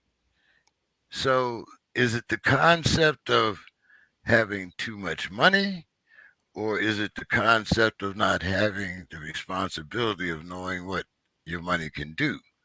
Because I know when I was getting free money, money didn't mean anything to me. It was just a means to an end. I felt I get new money every day. That was not, I mean, that was my mindset. But once I became a tax-paying citizen, it became a whole lot harder for me to accumulate that type of cash. Well, what I would say to me, it just goes back to the trap. The idea here is you're dealing with people that are kind of like Casey said. We're talking about young people that are not yet ready and prepared to deal with the level of economic opportunity that they've just stepped into. And with the industry being the way it is, kind of going what Scott said, they all are sharks. And from that standpoint, the position is, especially when it comes to bad contracts, the idea here is to keep you so much in a hole that you owe them an album, you owe them the next album, you owe them the next album. So the point is to have you on this string to where you'll never catch up with the amount of money that you owe for your from your previous album.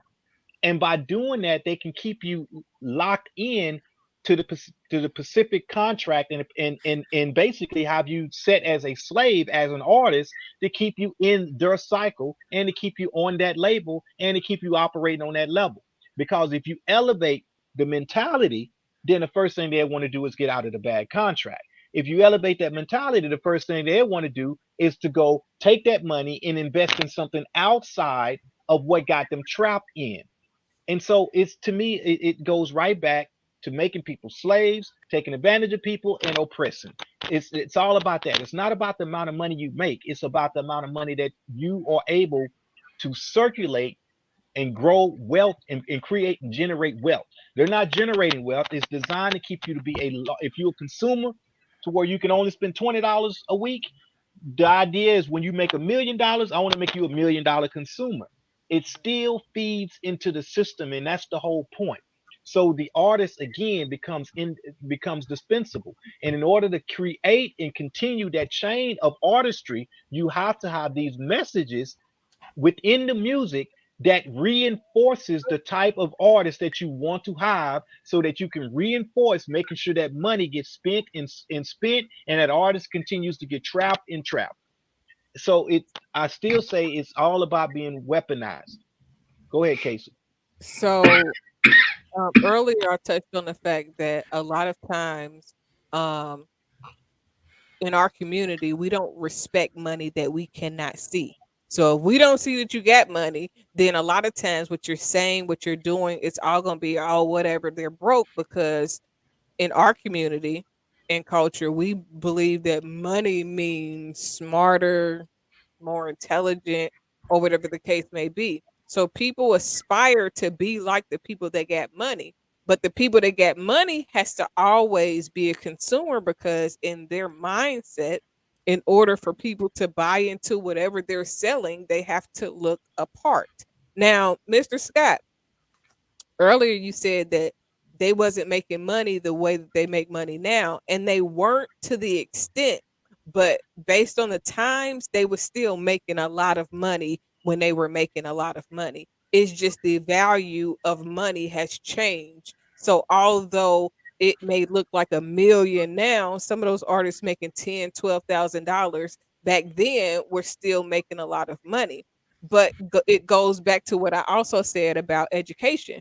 They're not telling their artists to read books. They definitely not about to get their artists a life coach or nobody that's gonna put them up on game. You know why? Because it's bad for business. If I give Yeah. you somebody that's gonna help you with your mental health, if I give you somebody that's gonna put some game into your ear, teach you how to look at yourself different, teach you how to be purposeful, teach you how to budget or manage your money, then guess what? Eventually you're going to turn on me. So I'm going to tell you in the contract, these are the people that you need to deal with. And only these people. Now, if you go outside and do some business, that's on you. But this is the things that we covered. It's no different than the person that get a job. Most times, if you got to do something extra on your own, people not doing that. They're gonna do whatever the job tell them to do, and they're gonna do the bare minimum of whatever that requirement is. In order to advance, we have to desire more and better Mhm. outside of what's being offered. Because it's like they say, the company that you work for, the CEO is never gonna pay you enough to be his neighbor.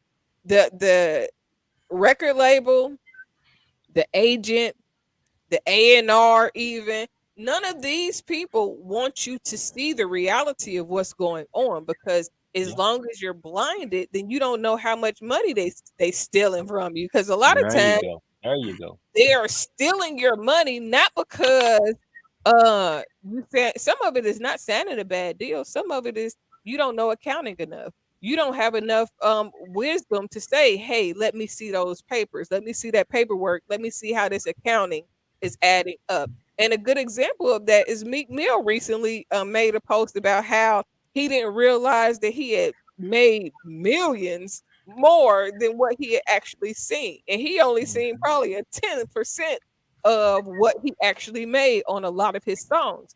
But you know why?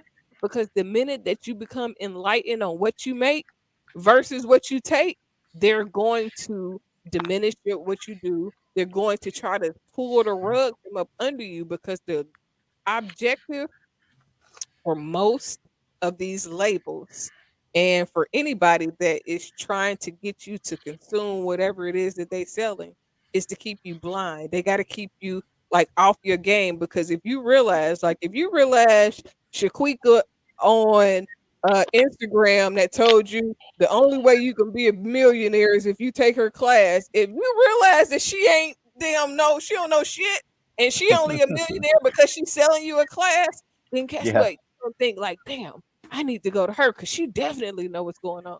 No, she's a millionaire because y'all bought a class that she was just learning what she was doing when she was telling you the class.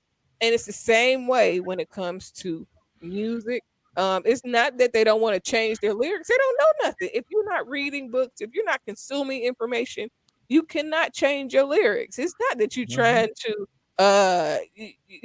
push a message or you're trying to that's all you know. And a lot of people, a lot of rappers, they saying the same thing over and over and over again. They're not even changing what they're talking about. They just saying the same thing in a different way, talking about something new that they didn't bought with the money that they really owe the label in the first place.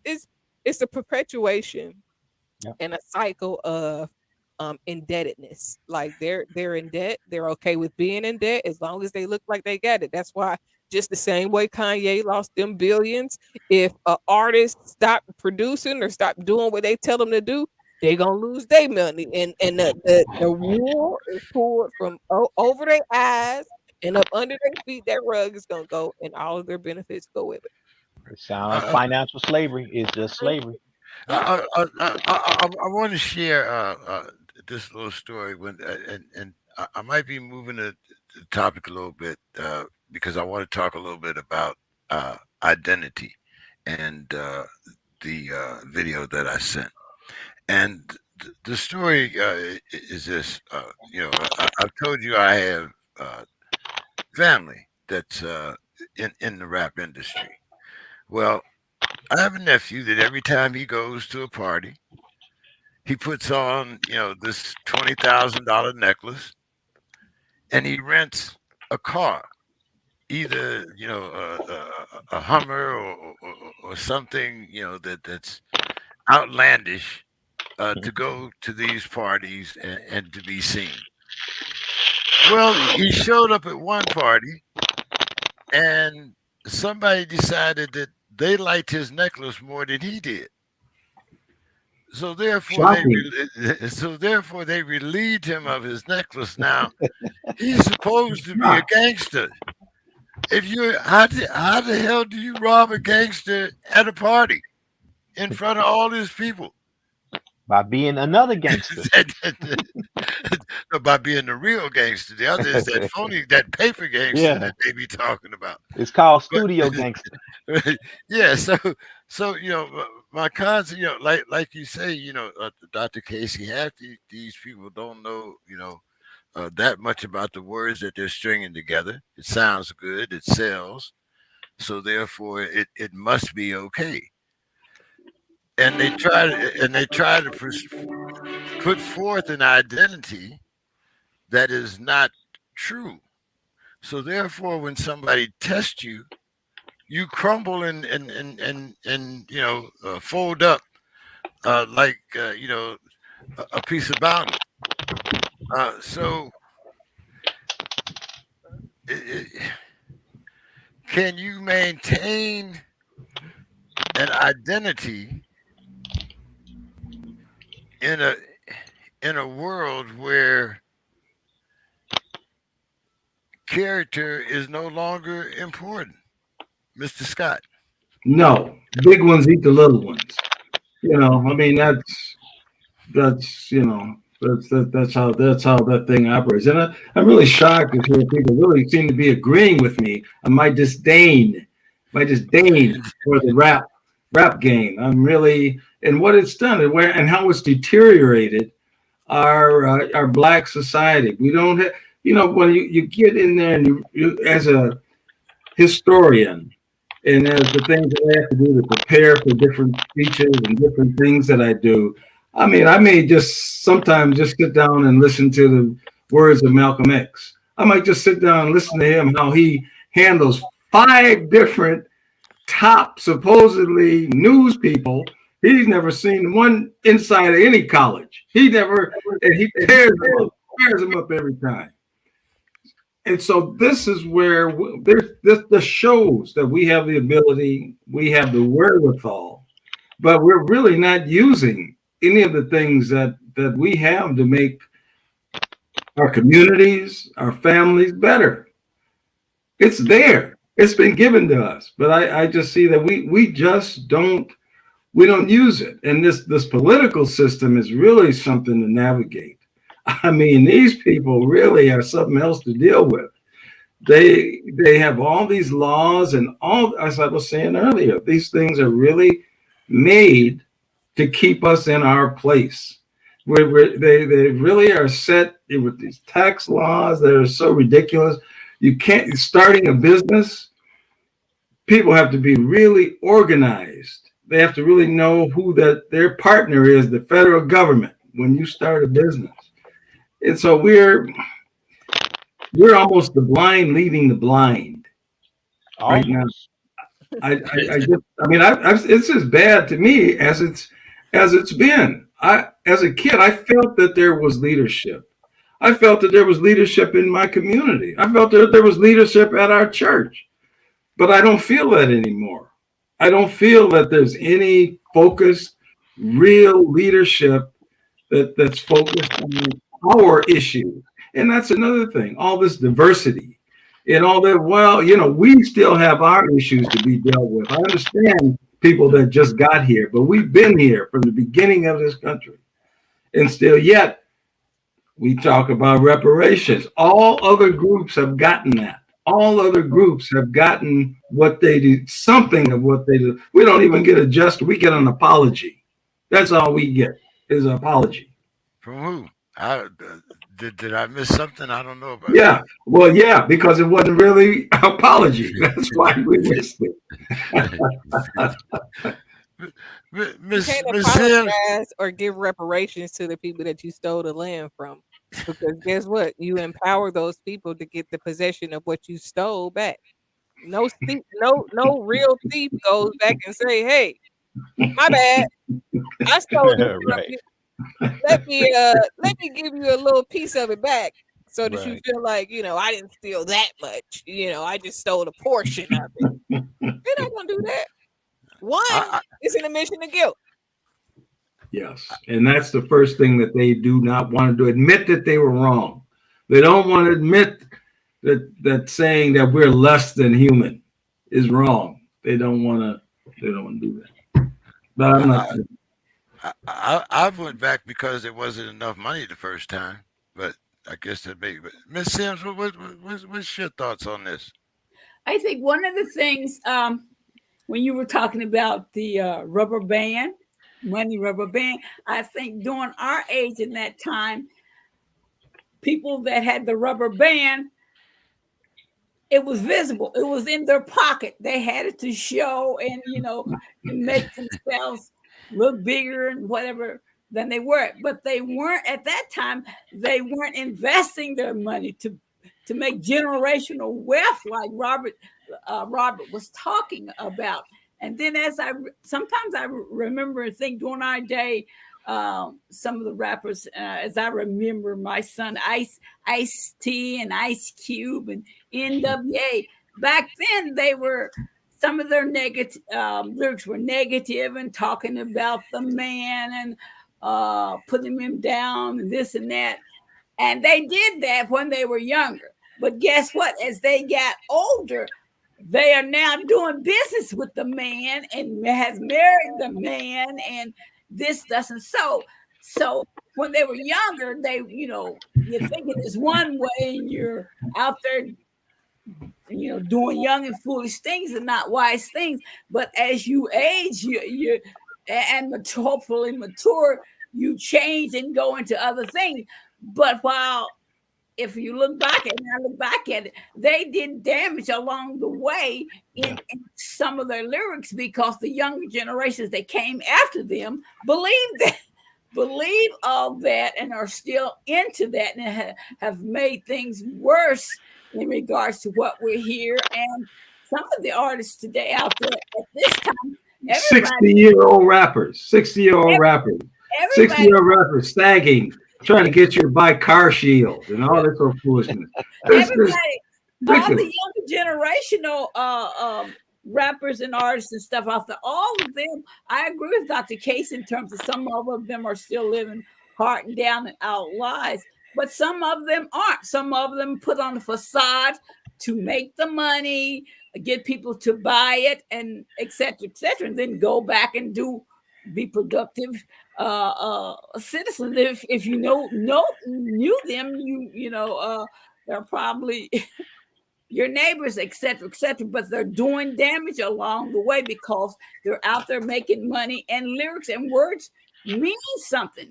And one of the oddest couples to me today out there on TV, and I just have to shake my head, is Snoop Dogg and Martha Stewart.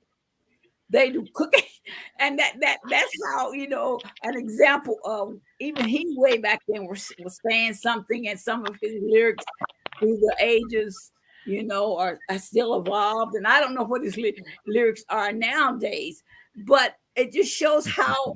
And maybe they connected when she was going to jail or something or whatever, but that's the oddest couple to me out there in TV, and they even do various dog shows, things that she's interested in, and he's making money doing other things, I believe. And so that's an example of how when artists are young, they spew out all the verbal negative, etc., and then as they age and grow up, if you follow their careers and stuff, a lot of them change and go into things that they demean way back when they were younger, and some of that is out there also. I don't think Snoop's message has changed. Not at all. From He's just a good businessman. He's just a good businessman. Yeah, well, exactly.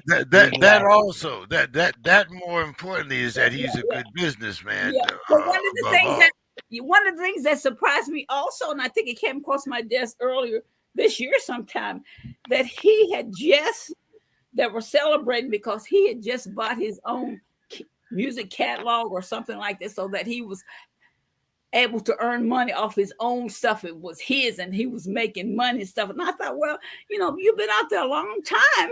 Why haven't you done that years before, like some of the younger?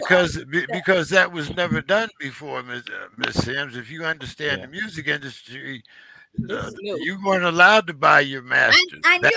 That became a property, and he had to wait for somebody to go to jail. He had to wait for a certain person to go to jail. Yeah, I know all that, but he has aged, and a lot of the younger rappers and whatever, they caught on to it. They're owners of their own music and this and that. And how many of them are black? I guess it surprised me.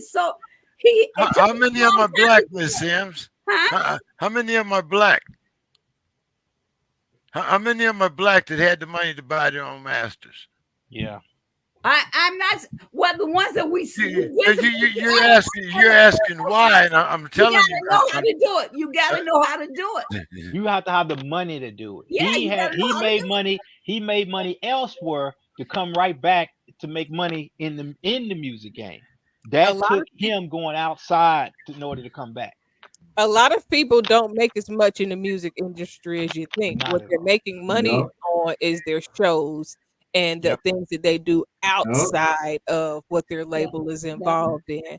And a lot of, even now, you got a lot of 360 deals where people are, they can't even get the money for their shows like that, or the money from their likeness or anything else. But I Hmm. did want to bring up the point that Ice Cube recently was on an interview, I think with the little West Coast Kings, West Mount Rushmore or whatever it's called, where he talked about the industry being upset with him because he was not willing to get the vaccination. So I just want y'all to not group older or any artist together, because just because one artist may be mainstream, may have sold out to what they originally believed in, every artist isn't doing that. A lot of things that Ice Cube in particular did was independent, and it is not necessarily backed by somebody else. A lot of this is Cube vision, and that's something that he Yeah. created on his own. Now he may have a distribution deal through a Lionsgate or a major company that distributes the movies, kind of like Tyler Perry. But at the end of the day, I believe he is another one that has held fast to what he believes in, and he don't really move off of that. It's just the deliverability of what he used to say is a little bit different now, because as you grow up and as you experience different things, um, the circumstances change. So your outlook changes, not just because you in bed with them, but your environment changed. So the things that you used to see is just like Lil Wayne at some point made a comment about not uh experiencing racism like that. He's not going to experience racism like that. He's Lil Wayne. There are people that's going to respect him solely because he got money. And a lot of times your money will put you in rooms and places and get you respect, and it might not even really be real respect, but the acknowledgement because you have money, because you've made a name for yourself, that they want to be in bed in. So even if they don't respect you, it's just like a yes man. They're gonna tell you whatever you want to hear so that you can keep coming around, keep doing whatever benefits them at the end of the day. I'm not painting everybody with the same brush because artists are That wasn't individuals and towards they you. make choices and they grow up just like That's guilt. everybody else does, and they mature and their thinking changes and whatever. And they do what they need to do to, whatever they're doing to, they do a lot of artists do positive things. And I was talking about Snoop Dogg, and one of the things that I don't watch a lot of the artists, but one of the things on a show or something, um, they were showing some of his family, and he supports his his children in there, just like a regular guy and stuff. Well, and then at the same, yes, they got money. They send their kids to private school. They're and not having their kids out there looking at wearing these old grills and all this old foolishness. They got some of them that have the money. They're sending their school, their kids to be educated so they can make their way in life. They're using it. I think y'all that's using a what they're bad saying. They're example. putting up a Snoop facade. Dogg is not the example of the majority of the artists. He is a thinker, okay, Yeah. and he utilizes the industry in terms of the music style because he knows that's going to make him money. But Yeah, he does not buy into the hype that he promotes. Okay. But Yeah. yeah, that's what Otherwise, I'm That's saying. a good otherwise way to he put it. would have. That's a Otherwise good he would way have to been put it. dead. Okay. He but understands artistry. No, That's he's what but I'm not saying. dead But because they do damage when they do that wait, wait, to, wait, wait, because he's not going dead into because it. he ran a lot. He, Oh when yeah, he when he ran. was hold on, threatened, don't He talk over he each ran other the now. opposite direction of Tupac. He ran. Tupac went this exactly, way. like He went that way. when you look at the, even when you look at the movie All Eyes on Me, and you see where he began to be bullied. Even if, when I look at, there's a clip from a time where Snoop, Pac, and Suge was all on stage, and you could tell that Suge was checking Snoop right there on stage, like where you could see it. But there was various times where the reason why Snoop went to No Limit, it wasn't just because No Limit was the place to be. He went where his protection was, He would and he yes, he went to continued known to to get protected. move where he could Right. be protected at. Right. See, He was smart. and another thing that word that you use, brother Williams, the word smart. a lot of times, because people consider so and so a rapper, they don't think that he has the ability to be smart. Yeah. Yeah. What we talked about earlier. Yeah, Yeah, and he has, see, because he's been around since the beginning, he has that credibility, but still he was able to come through that from what I see. He's one of the ones that I've seen able to come through that and not get killed and not get his money taken and not get caught up in any He stuff, but still be ran around there. a lot.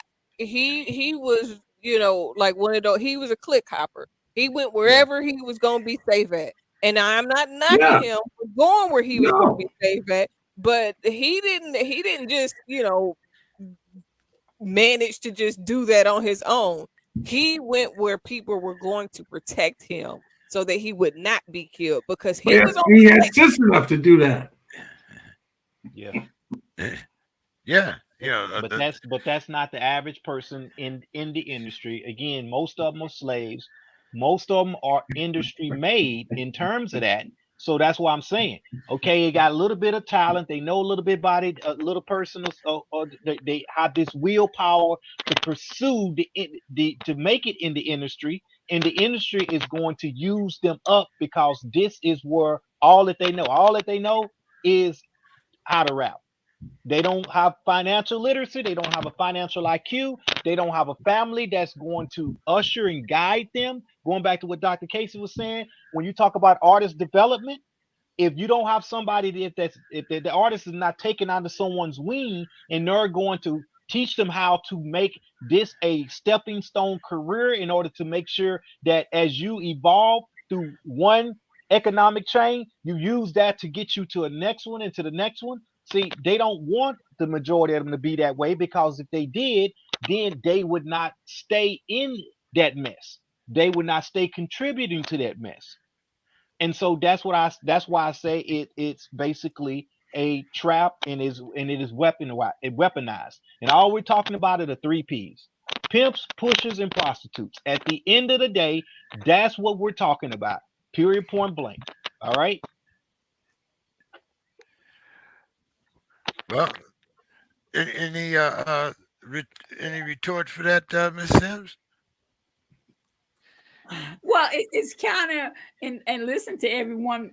We're kind of touching bases on similar things or ways of thinking and whatever. And the people that are doing whatever of the various entities that Robert is speaking of in terms of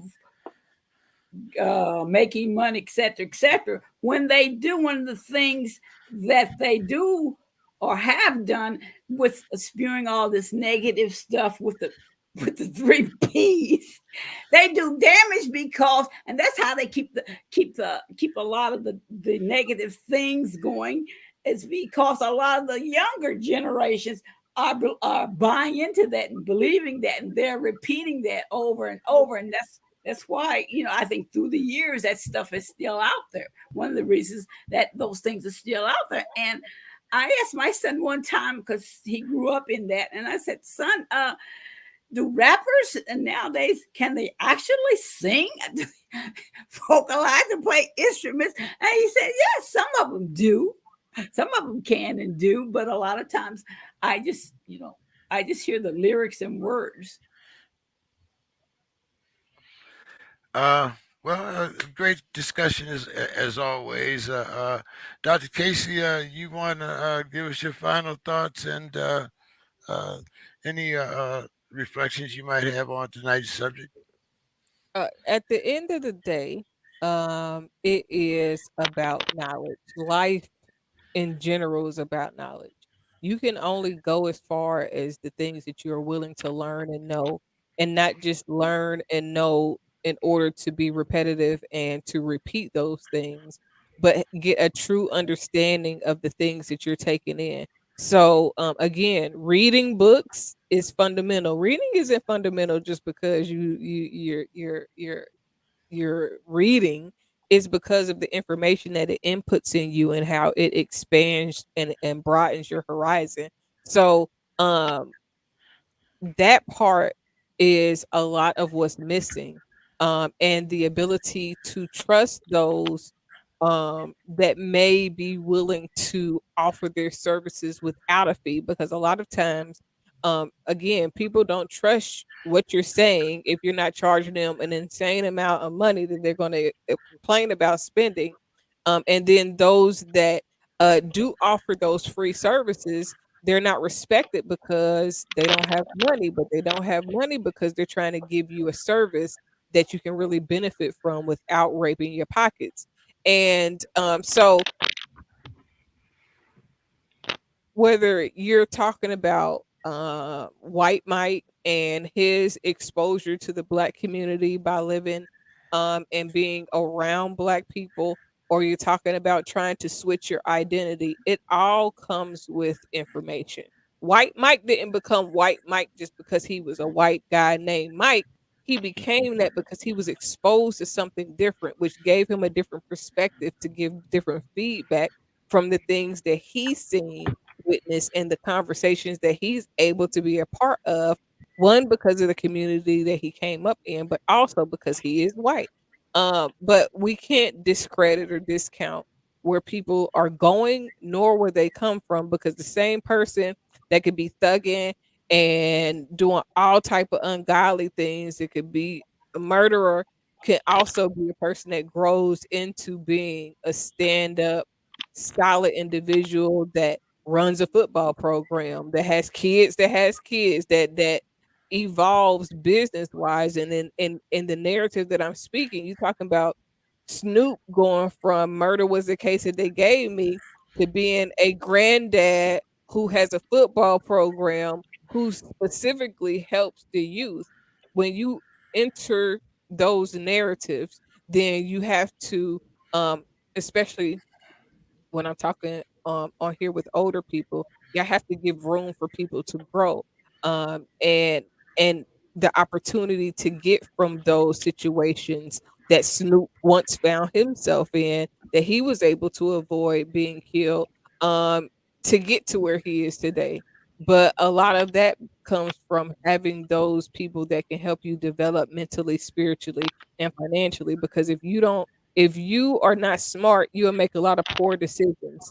And when I say smart, if you're not willing to self-evaluate and see, okay, what am I doing? How is this profiting me? Where is this going? Because a lot of times it's the lack of reflection on your own life that dims your light and stifles your growth. Miss Sims, you want to give us your final thoughts for the evening, and what do you think about the future of our neighborhoods and our music? Well, one of the things, just because the three of us may be of an older generation does not mean that we don't know what's going on and can tap into what's going on and with current events and things. The one of the things, it's hard for me sometimes, James. Yeah, and you send out topics of what we're going to be speaking of and things, and I always try to read them and look at the videos, but sometimes it's very hard for me to come to the table or come to the panel because it's so much, and every week after week, it's real negative stuff, real negative things that's going on. And I'm not saying that it's not happening, but I always have to remind myself, look, negative things are going on, but then there are positive things going on. And even today, looking at the agenda, I spent some of the afternoon in a meeting with the um, Minnesota Pollution Control and the Environmental Protection Agency and the community. And I've been working to bring those two entities together and telling the community, look, for years I've been one of the reasons I haven't remained with these organizations is waiting for you all to come to the table, telling them, I want you at the table at in the decision making up front and things like that. And so that's positive things and people out there and willing and able to do that. And take their place in spots.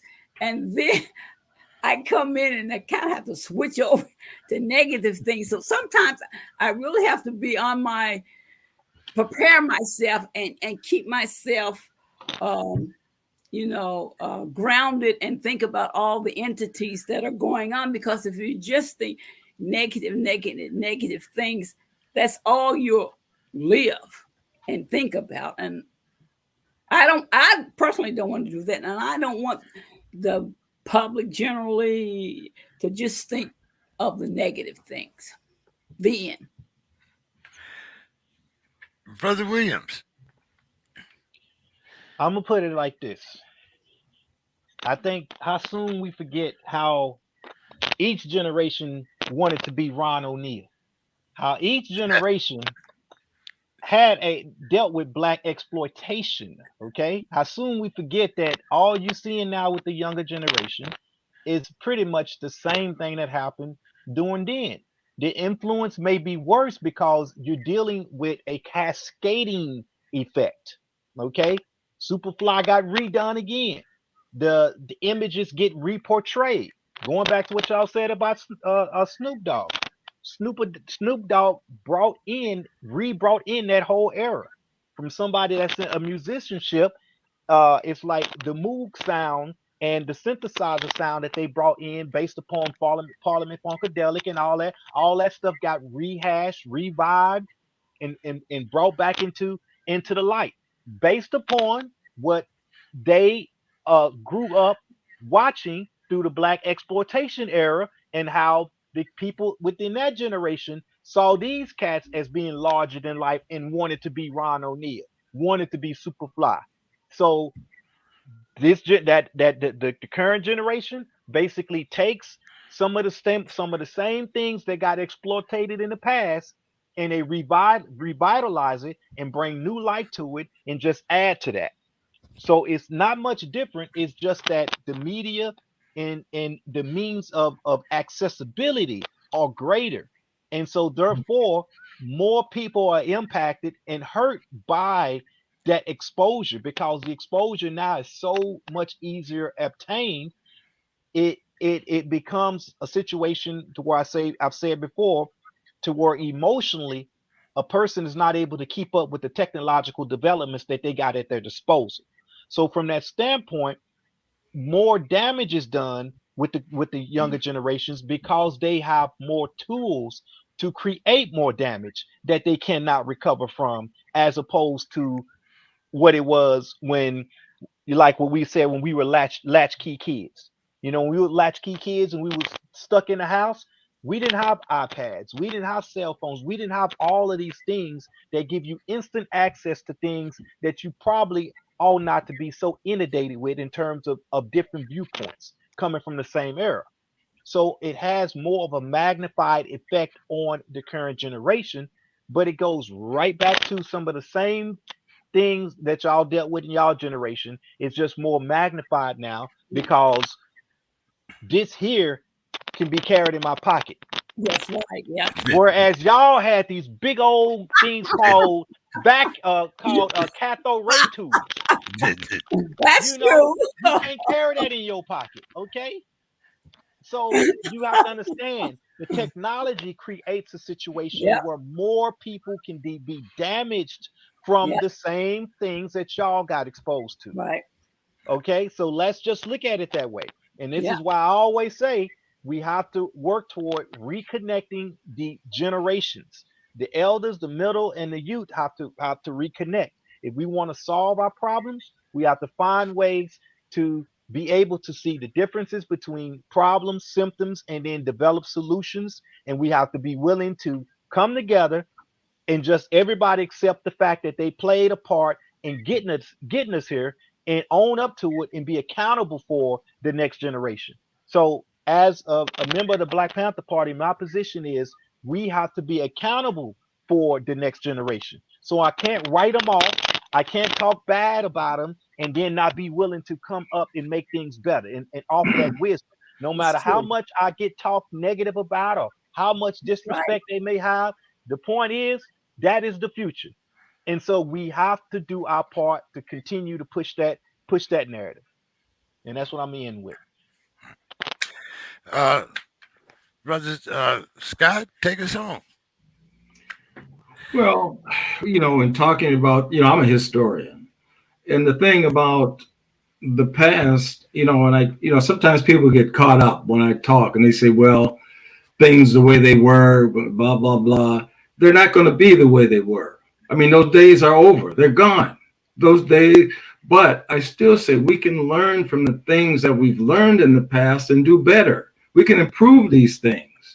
And I think that's the thing that just keeps rolling around in my head at this stage of the game. And like I said, when coming to today's program, I had come from that meeting about George Floyd and what they want to do with that area. People come to that area to gawk. People come there on the weekends. They come to take pictures. They come to walk around.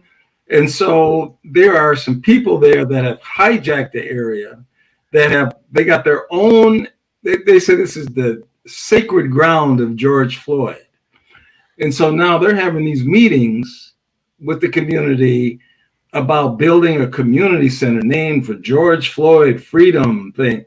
And my thing is that George Floyd was not from here. George Floyd is not a historic person from this area to have something named after. I mean, it's like everything we do is so skewed by what we see on TV, by and we have such weak politicians, so much weak, no backbone, no politicians that just go along with anything to get elected, say anything to get elected. And so right now I'm really focused on trying to bring this community back without, I don't know why something has to be named after George Floyd. He was not from here. He didn't have anything to do with this community. This happened there, and it needs to be focused on fixing what happened to cause that, to fixing why that policeman was still on the force with 17, 20 complaints against him. And he's supervising people. That's what needs to be fixed. That's what they need to focus on. And we get so distracted. And I think that's some of what Brother Warren was saying, our distractions. I mean, even now, I go to do some research. I go on the computer and I'll see something. Oh, wow, let me look at that. And I forget what I was trying to do in the first place. That's the amount of confusion and distractions that they have with us going on now. So I would just say, as I tell my boys, stay focused on what we need to do and what's important to you, and then go from there. Well, hey, I hope we had a very good discussion tonight. I appreciated everybody's point of view, and I look forward to talking to everyone next Monday. So have a great week, and hey, let's all be about change and do more than just talk about it. Let's be about it. And the Steelers won. Yes, the Steelers did win. We have a couple teams that we're going to beat. I want to see you Thursday when we talk about your Vikings. So, all right, everybody, have a great Good weekend, night. Peace and and love. I'll Till see you next next And time. week. next week, I Bye-bye. want to see what Dr. Casey cooked for Thanksgiving. I want to see what she cooked. So. Dr. Casey says she didn't cook nothing special, but hey, I hope everybody had a blessed Thanksgiving. And as I said, I hope we can all be about change and not just talk Yeah, about for Right, right. sure, for sure, for it. So sure, for sure. have a great night, everyone. Peace till Talk the to you next next week. time. Night. Good All right. night.